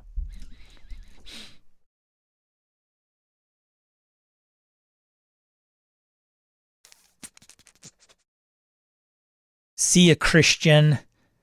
Thanks for stopping by, buddy.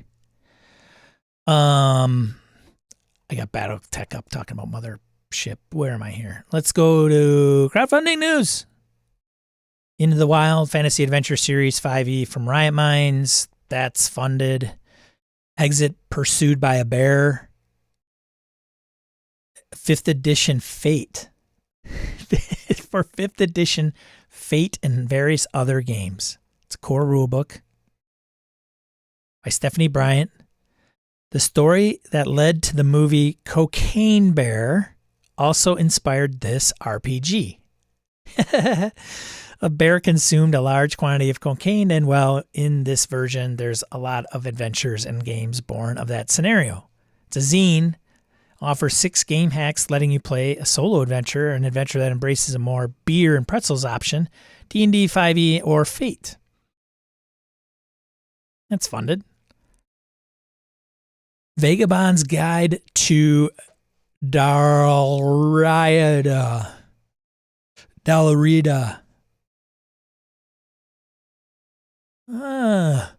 Not sure I'm a fan of that image. From Penny Dragon Games. I'm just kidding. 5th edition. Vagabond's Guide to Dalriada. The book offers Celtic-inspired setting for your 5th edition campaign. Monsters, spells, deities, and a campaign for levels 1 to 5. Oh, and I bet you there's a leprechaun in there, right? Is that what I'm getting? Leprechaun, shamrocks, green beer. You know what I named my character in that setting? Sean Kelly.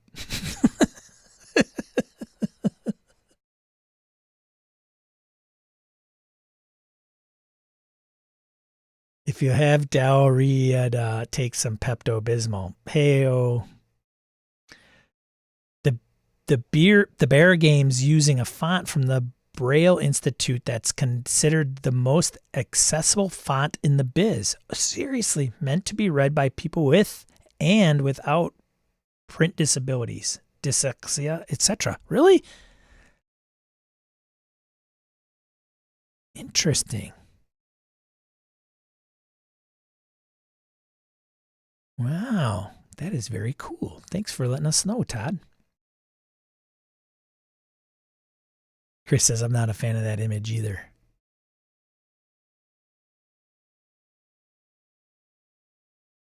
Talislanta, the epic tabletop role-playing game, Final Edition 6th Ed, with separate 5e conversion from everything epic. Core rulebook, 200 bones. Was it 3, right? 3 books? 4 books, and a slipcase, dice, GM screen, maps, and more. 35-year-old fantasy world without elves or some of the other trappings of many fantasy settings. This campaign offers 3 books for the Talislanta rule set. I had heard of it, never played it, don't know much about it. As well as another book with 5e rules. This is a fully realized world that I've gamed through. It's inspiring and unique. I say I've gamed through, the author here.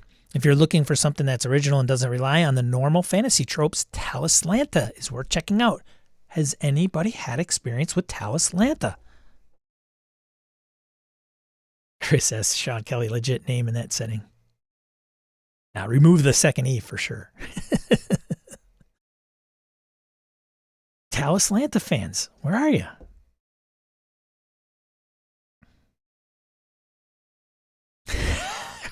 I'm not no historian, but I'm sure that's no traditional Celtic wear, right? Oh, Todd, you consulted on it. Okay, very nice. Mythcraft, a complete TTRPG universe and game system. From Grant Milky, oh, God, of the Homebrew Podcast. Original system core rulebook, $180. You get a box set, core books, GM screen, quick start guides, and more. It's a bold campaign that offers an original system supporting an RPG setting that spans 15,000 years. You can play in the setting at any point during its epic history, prehistoric, fantasy, post-apocalypse, or sci-fi. Offered as 3 books covering rules, setting, and over 200 monsters, this is an ambitious project. Funded, normally projects of this scope struggle. Good for them for getting funded. $103,000 of $30K. All the Witches, funded in under 3 hours.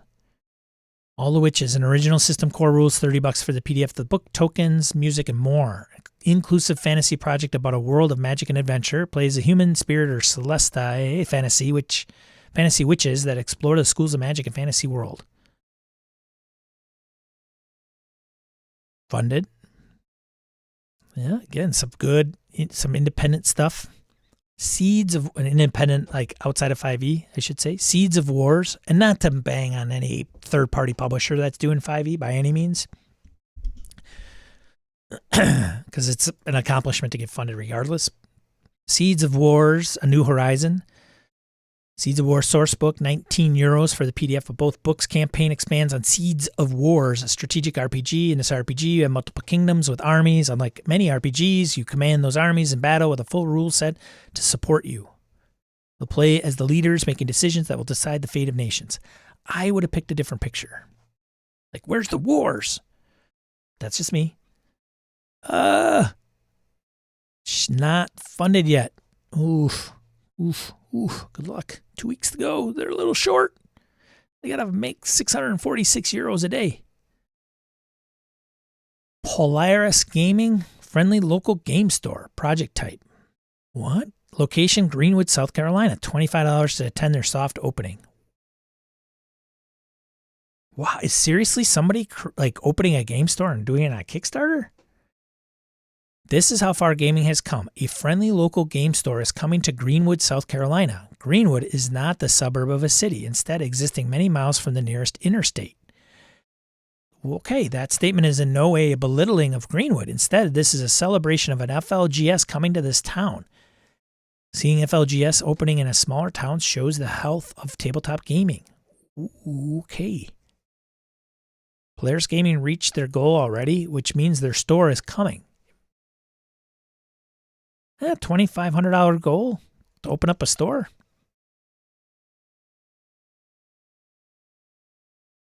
And that's the last one. Sean, you missed the mustard seed sitting on one of those roofs. Did I? Is there a mustard seed on there? Where's it? Where's it? Is that one right here? Oh, you can't see my mouse. On the far left, point. Mustard seed.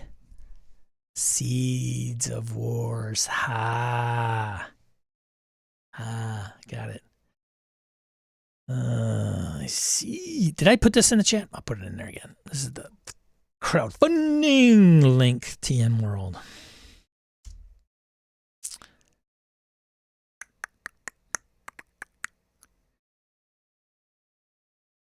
Because Doors, no experience with it other than the cool ads in old Dragon magazines. Talaslanta, yeah. Todd says, been wanting to get some of the team on All the Witches on our podcast. That game's going to be purely digital. The production looks outstanding. Todd, what is the name of your podcast? Yeah, pitch it, Todd. Also, Todd, you got any projects going on?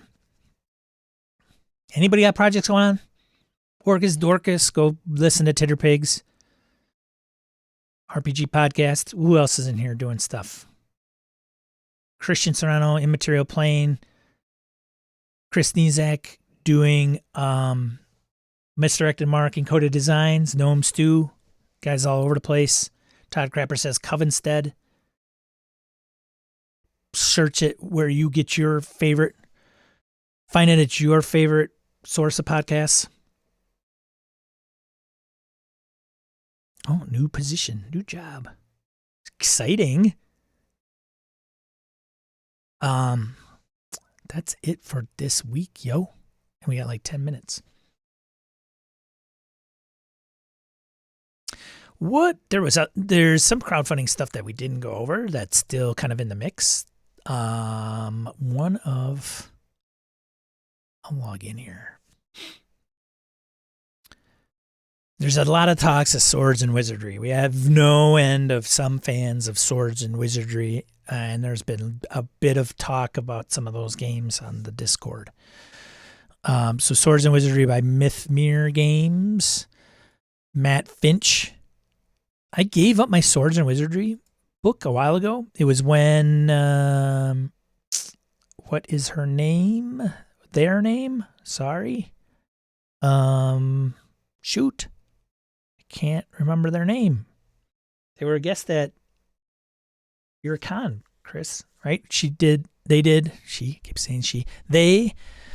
did the all female art version. I had that one, but it's now, whoops. Hey, you can't see what I'm backing. Just kidding. I don't care. Oh, you can't see them. Good. What? Here are some of the things recommended for you. Go. Oh, Terminator 2. These will all show up probably in the future.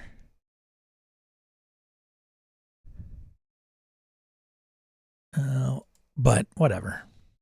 I like to get ahead of the game. Not do it in the last week, maybe. It's going to be interesting. Loading up some stuff. Here we go. 7,500% funded. Oh. What? Okay. This is the one I wanted to check.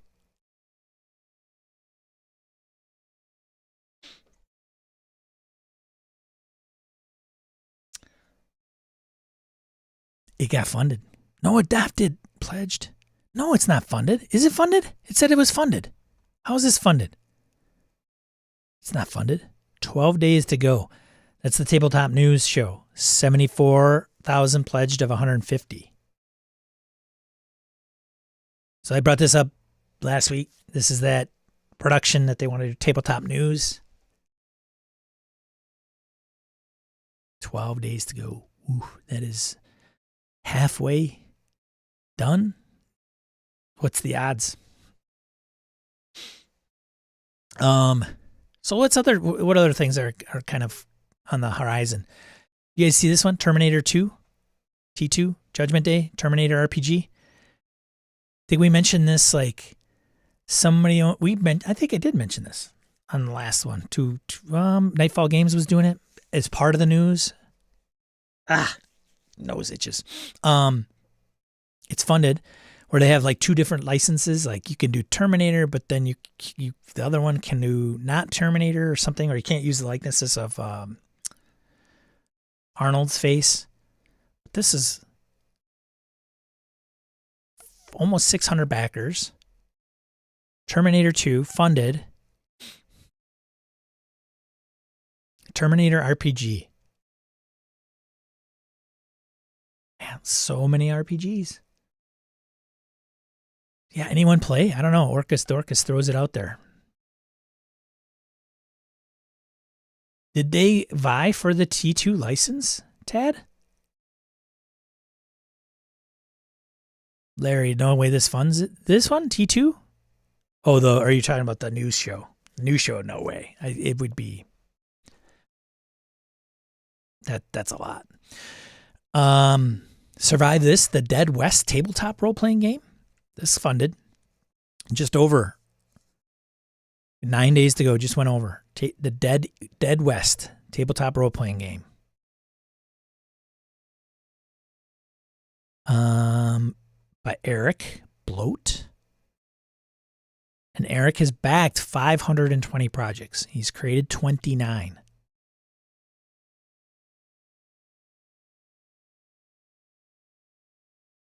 Survive This, The Dead West is a horror western tabletop role-playing game where genre-bending demons, devils, monsters, and technology are invading this apocalyptic alternative Earth Wild West setting. Is this a horror game? Yes. Is this a game western? Yes. STDW is a complete mind twist as it was written by Stephen King on an 80s late-night cocaine binge while listening to thrash metal and staring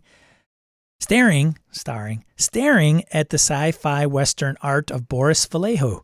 If you can wrap your brain around that, then you'll understand what STDW is trying to accomplish. What an acronym. I'm 10 years old. Gunslinger, rifleman, master of blades, pugilist, faithful, gambler, the hand, the educated, doctor, the rider. Oh, boy.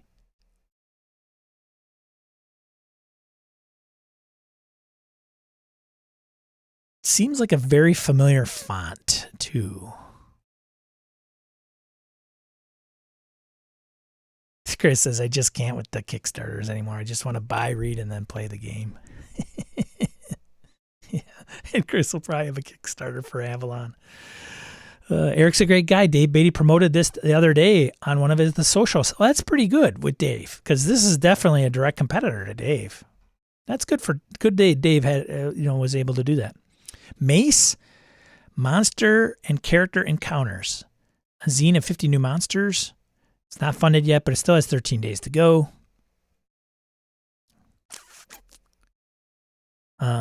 What's it say? These aren't your daddy's dragons. Ew. James Shields, freelance artist.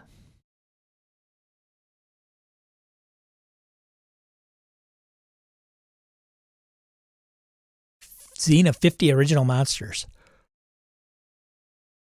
Oh, pardon me, you can get in for $10, yo, for digital copy.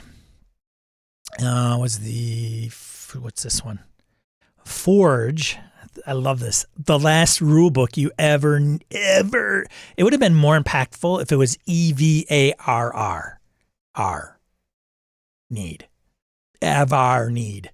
to read. A universal RPG point-based system. Be anything you want, design any world you want, and do anything you want in less than an hour. Read. Less than an hour read. I don't know punctuation.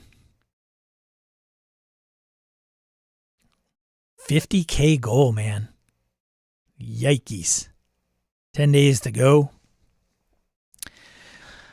Well, Ricky Martinez. Oh, first created, zero backed. That is sometimes for some people a deal breaker.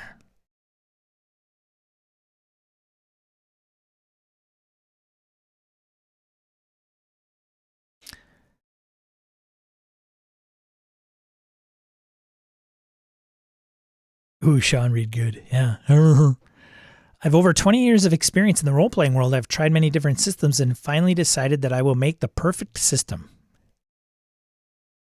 bringing all of the best parts into one beautiful, epic experience. Ooh, a bit of a crapshoot, Ricky, at 50K. I realized pretty early on, like most players, that role-playing requires so much homework. This is enough to scare most players away right from the start. But just like most players, I ignored this inconvenience in hopes to experience a wonderful world of acting and fantasy that I longed for. What if I told you all of that homework could be avoided, and you could still have a tactical, competitive gameplay that you'll show up to every session for?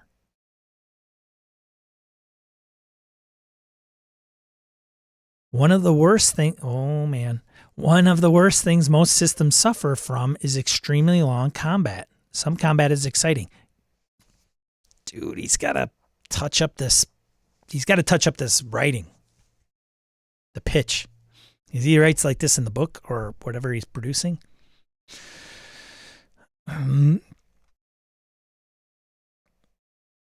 Some combat is exciting, but I'm sure you all have been through the long, enduring combat of finding rules and elongated repetition and lagged down rolls. I decided I could solve this problem. After playing this game, you'll never need to open another rulebook.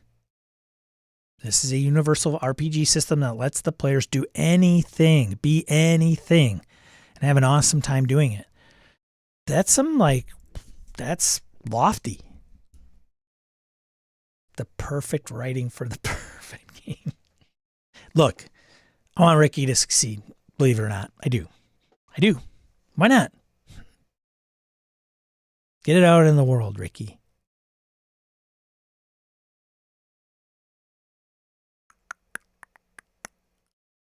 The pledge level $7, basics digital.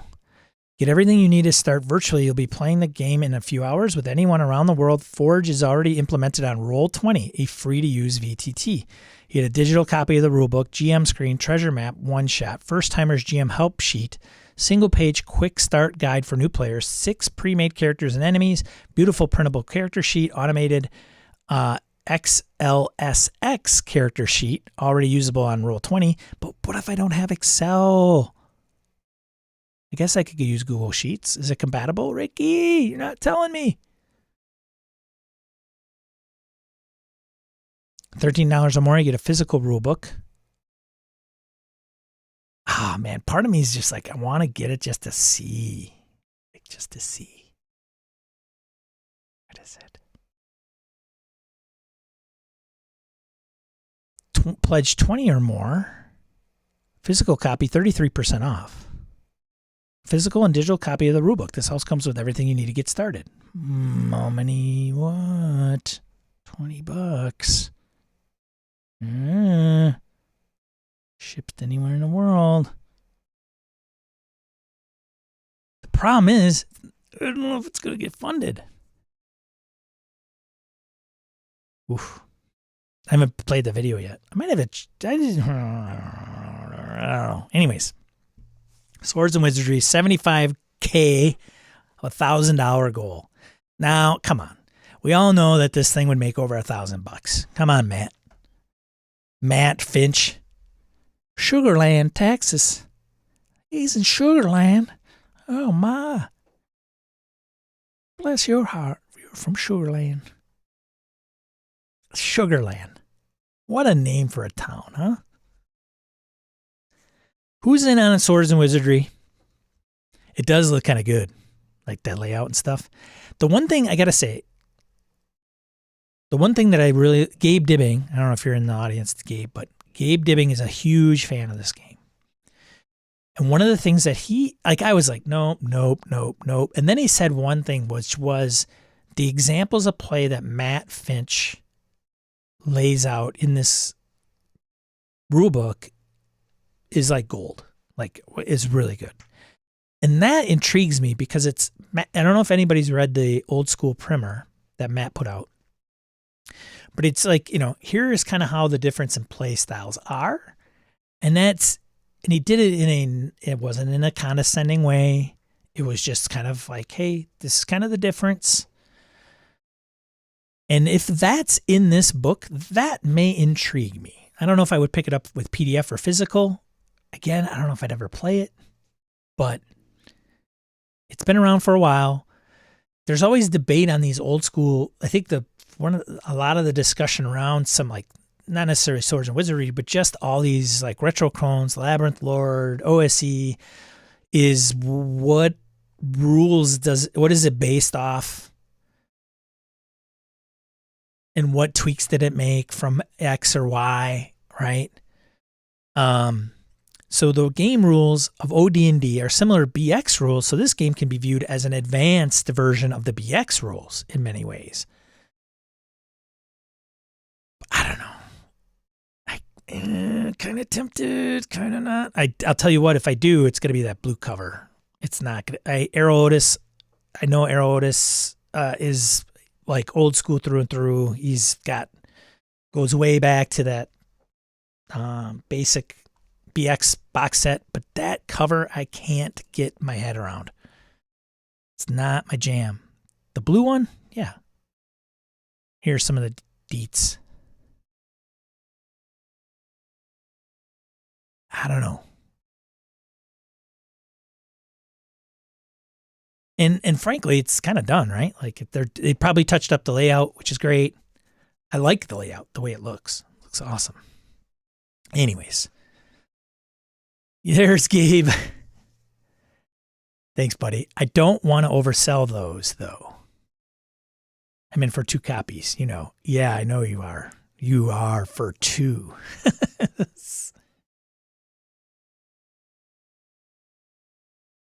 Wayne says, I hope Ricky learns from this, but it's hard to recover and improve from brilliant and perfect. Yeah, he's talking about the last Kickstarter. I think Gabe convinced me, but I haven't pulled the trigger. Who says? Gabe made me reconsider backing it as well. He's an influencer. Gabe Dibbing, influencer. Pretty soon he'll be talking to Matt. Probably he'll be like a community manager for Mythmere.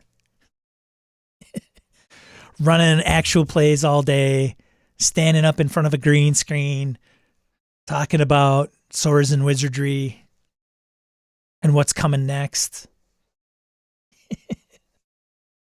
Probably be invited to the like big soiree out in Sugarloaf. What did I say? Where's Matt? Sugarland, not Sugarloaf. Sugarloaf's different. Blue cover, 100%. I have a copy of older Swords and Wizardry. What's the revised version doing that the other didn't? It's a good question. I don't know, Chris. Gabe, for example, he gives 3 examples of combat with their origins. I love it. Gabe says, I got 2 blue traditionally bound books. Yep. Nice and clean. And my 6 others. It's pretty. The big changes are OGL excised text, Wayne says. Yeah, there was definitely I know that it was mentioned like they're getting that out of there. Probably not enough new, I hear, to sell you. Yeah. I don't think like if you're looking like, oh, they made some changes, probably not going to be the amount that will impact the overall game for you to go, oh, it's different. I should grab it. It's literally like a reprinting, I would say. Fair, Gabe, probably fair. But I do like because I think old school, like there isn't a lot of that. Hey, it's funny because you read like D&D. Hey, here's how it reads. Or, hey, you buy this, the Star Wars game. Here's how, under an example of play. Do. You see a thing and you're going to go in there. Okay, give me a roll. Interpret the dice. But with Swords and Wizardry and some of these older games, sometimes that helps understand the dynamics of why it's a little different than some of the more modern, current traditional games. So many labels.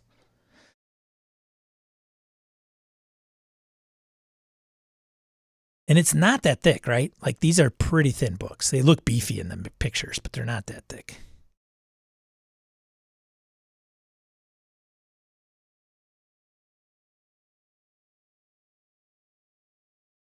Less focus on rules, more focus on your friends and the epic adventures you're embarking on together. Any award-winning It's going off the Retro Clone original 74 to 78 rules for D&D. Originally known as Original D&D or OD&D, which is not like, I have no, even if they came out with like a revamped copy of OD&D, I wouldn't buy it. It's just not my game. Is it the ones that came in the wooden box? It's not, is it? Fighting men, monsters and fighting men. Anyways, good for Matt. Like $1,000, huh? I wonder if we should just set a goal for 1,000. I don't know if it'll hit 1,000. Give me a break. Funded in 30 seconds. You had Gabe and like 10 friends, and this thing could fund in like 30 seconds. Anyways, I don't know. Do I need it? Do I want it? I don't know. What are we looking at? Pledge level.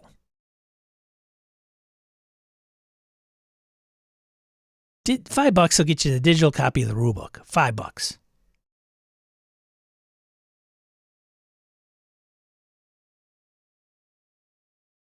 Print on demand copy for $25.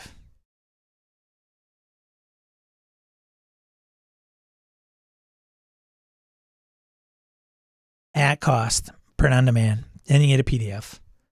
There's also another one here. $35. Traditionally printed physical book. And I think you get the PDF too. Yep. So $35 you're looking at. Is what, if you want that. It's already out there for free, Sean. Oh, it is? I did not know that. I didn't know it was out there for free. Did I know that? I did not know that. Huh. Well, there you go. I gotta say, the blue cover, and if it's a cleaner layout, like I like that layout. I really do. Crisp, clean, no caffeine. I might pledge $5 just for that layout. Chris says, yeah.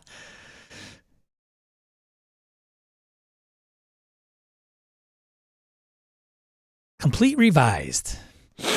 Yeah. Maybe I'll pick it up. I don't know. I do have a soft spot for kind of older school. Like every once in a while that kind of ebbs and flows. Like pick out an old school game, play it in that mentality, let her rip.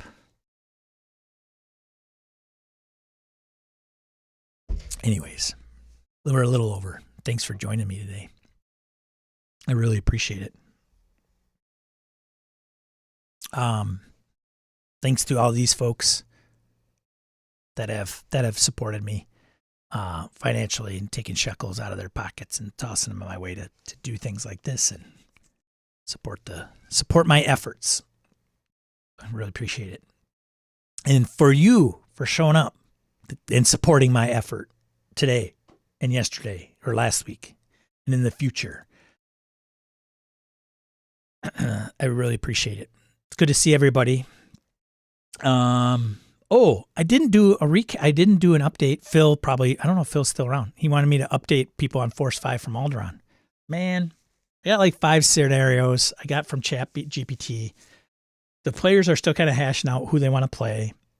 Phil has not played. Wayne has not played. Kevin has played. Harrigan has played.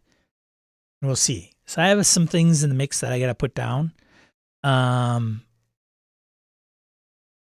Hey, Tim. Tim, you lurker. Good to see you, buddy. So yeah, I'm going to run Force 5 from Alderaan. It kicks off in 2 weeks from Thursday, so I got to get my shite together, get that down. Probably, I'm going to shoot for like a 3-session arc at the most. We'll see. Yeah, hit the bell, hit the like, hit the thumbs up, hit the thumbs down. Aaron, Demon Grinder, good to see you, buddy. Beers soon. I don't have much to say other than that, Phil, at this point about the game itself. Like, we'll see how it goes. I think it'll be fun. It'll be some, interesting mission, I'm sure, given to you by Aldo Rain. Some grit. We were talking about, I think what it wanted me to say is like yesterday we were talking about, or Thursday night when we were talking about Star Wars, I'm like, Star Wars, good fun, like Star Wars. Like, should I do this? I don't know. There's some risk involved. Dude, it's Star Wars. Yes. Jump off this. Knock the stormtrooper off. Yeah, you're going at 100 miles an hour through the woods. Yes, you might bounce off a tree, but guess what? You'll probably brush yourself off, grab your lightsaber or laser blaster, and shoot the bad guy. Like, it's Star Wars. Do it up. So, yeah, it'll be fun. It'll be fun. Age of Rebellion. Touch up on some rules. Got my VTT up and going. So we'll see. That'll be fun, fun, fun. Till the daddy takes the spaceship away. Gotta still need to get together some Alice is Missing. I have access to Roll20. Cthulhu gave it to me where I can run right from there. It's got all the cards and stuff. Maybe sometime. But we need at least 5 players. 4 players. 4 players in the person running the game who is a player. But yeah, you haven't played, Chris? I gotta play. And with the Discord template, it's so easy. Just copy paste, boom, bam. But yeah. All right. I'm going to take off. Have yourself a great weekend, great rest of your week whenever you're viewing this. If you didn't catch it live, thanks for catching it on the replay. Make sure you hit the thumb up, subscribe if you haven't already. If you want to join the Discord, we have a link down below. I won't give you too many what is it called? Actions.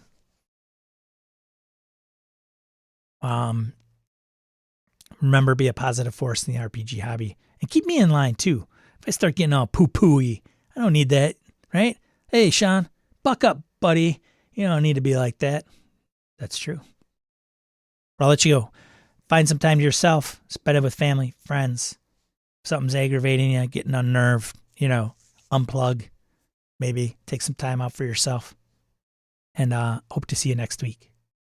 See ya.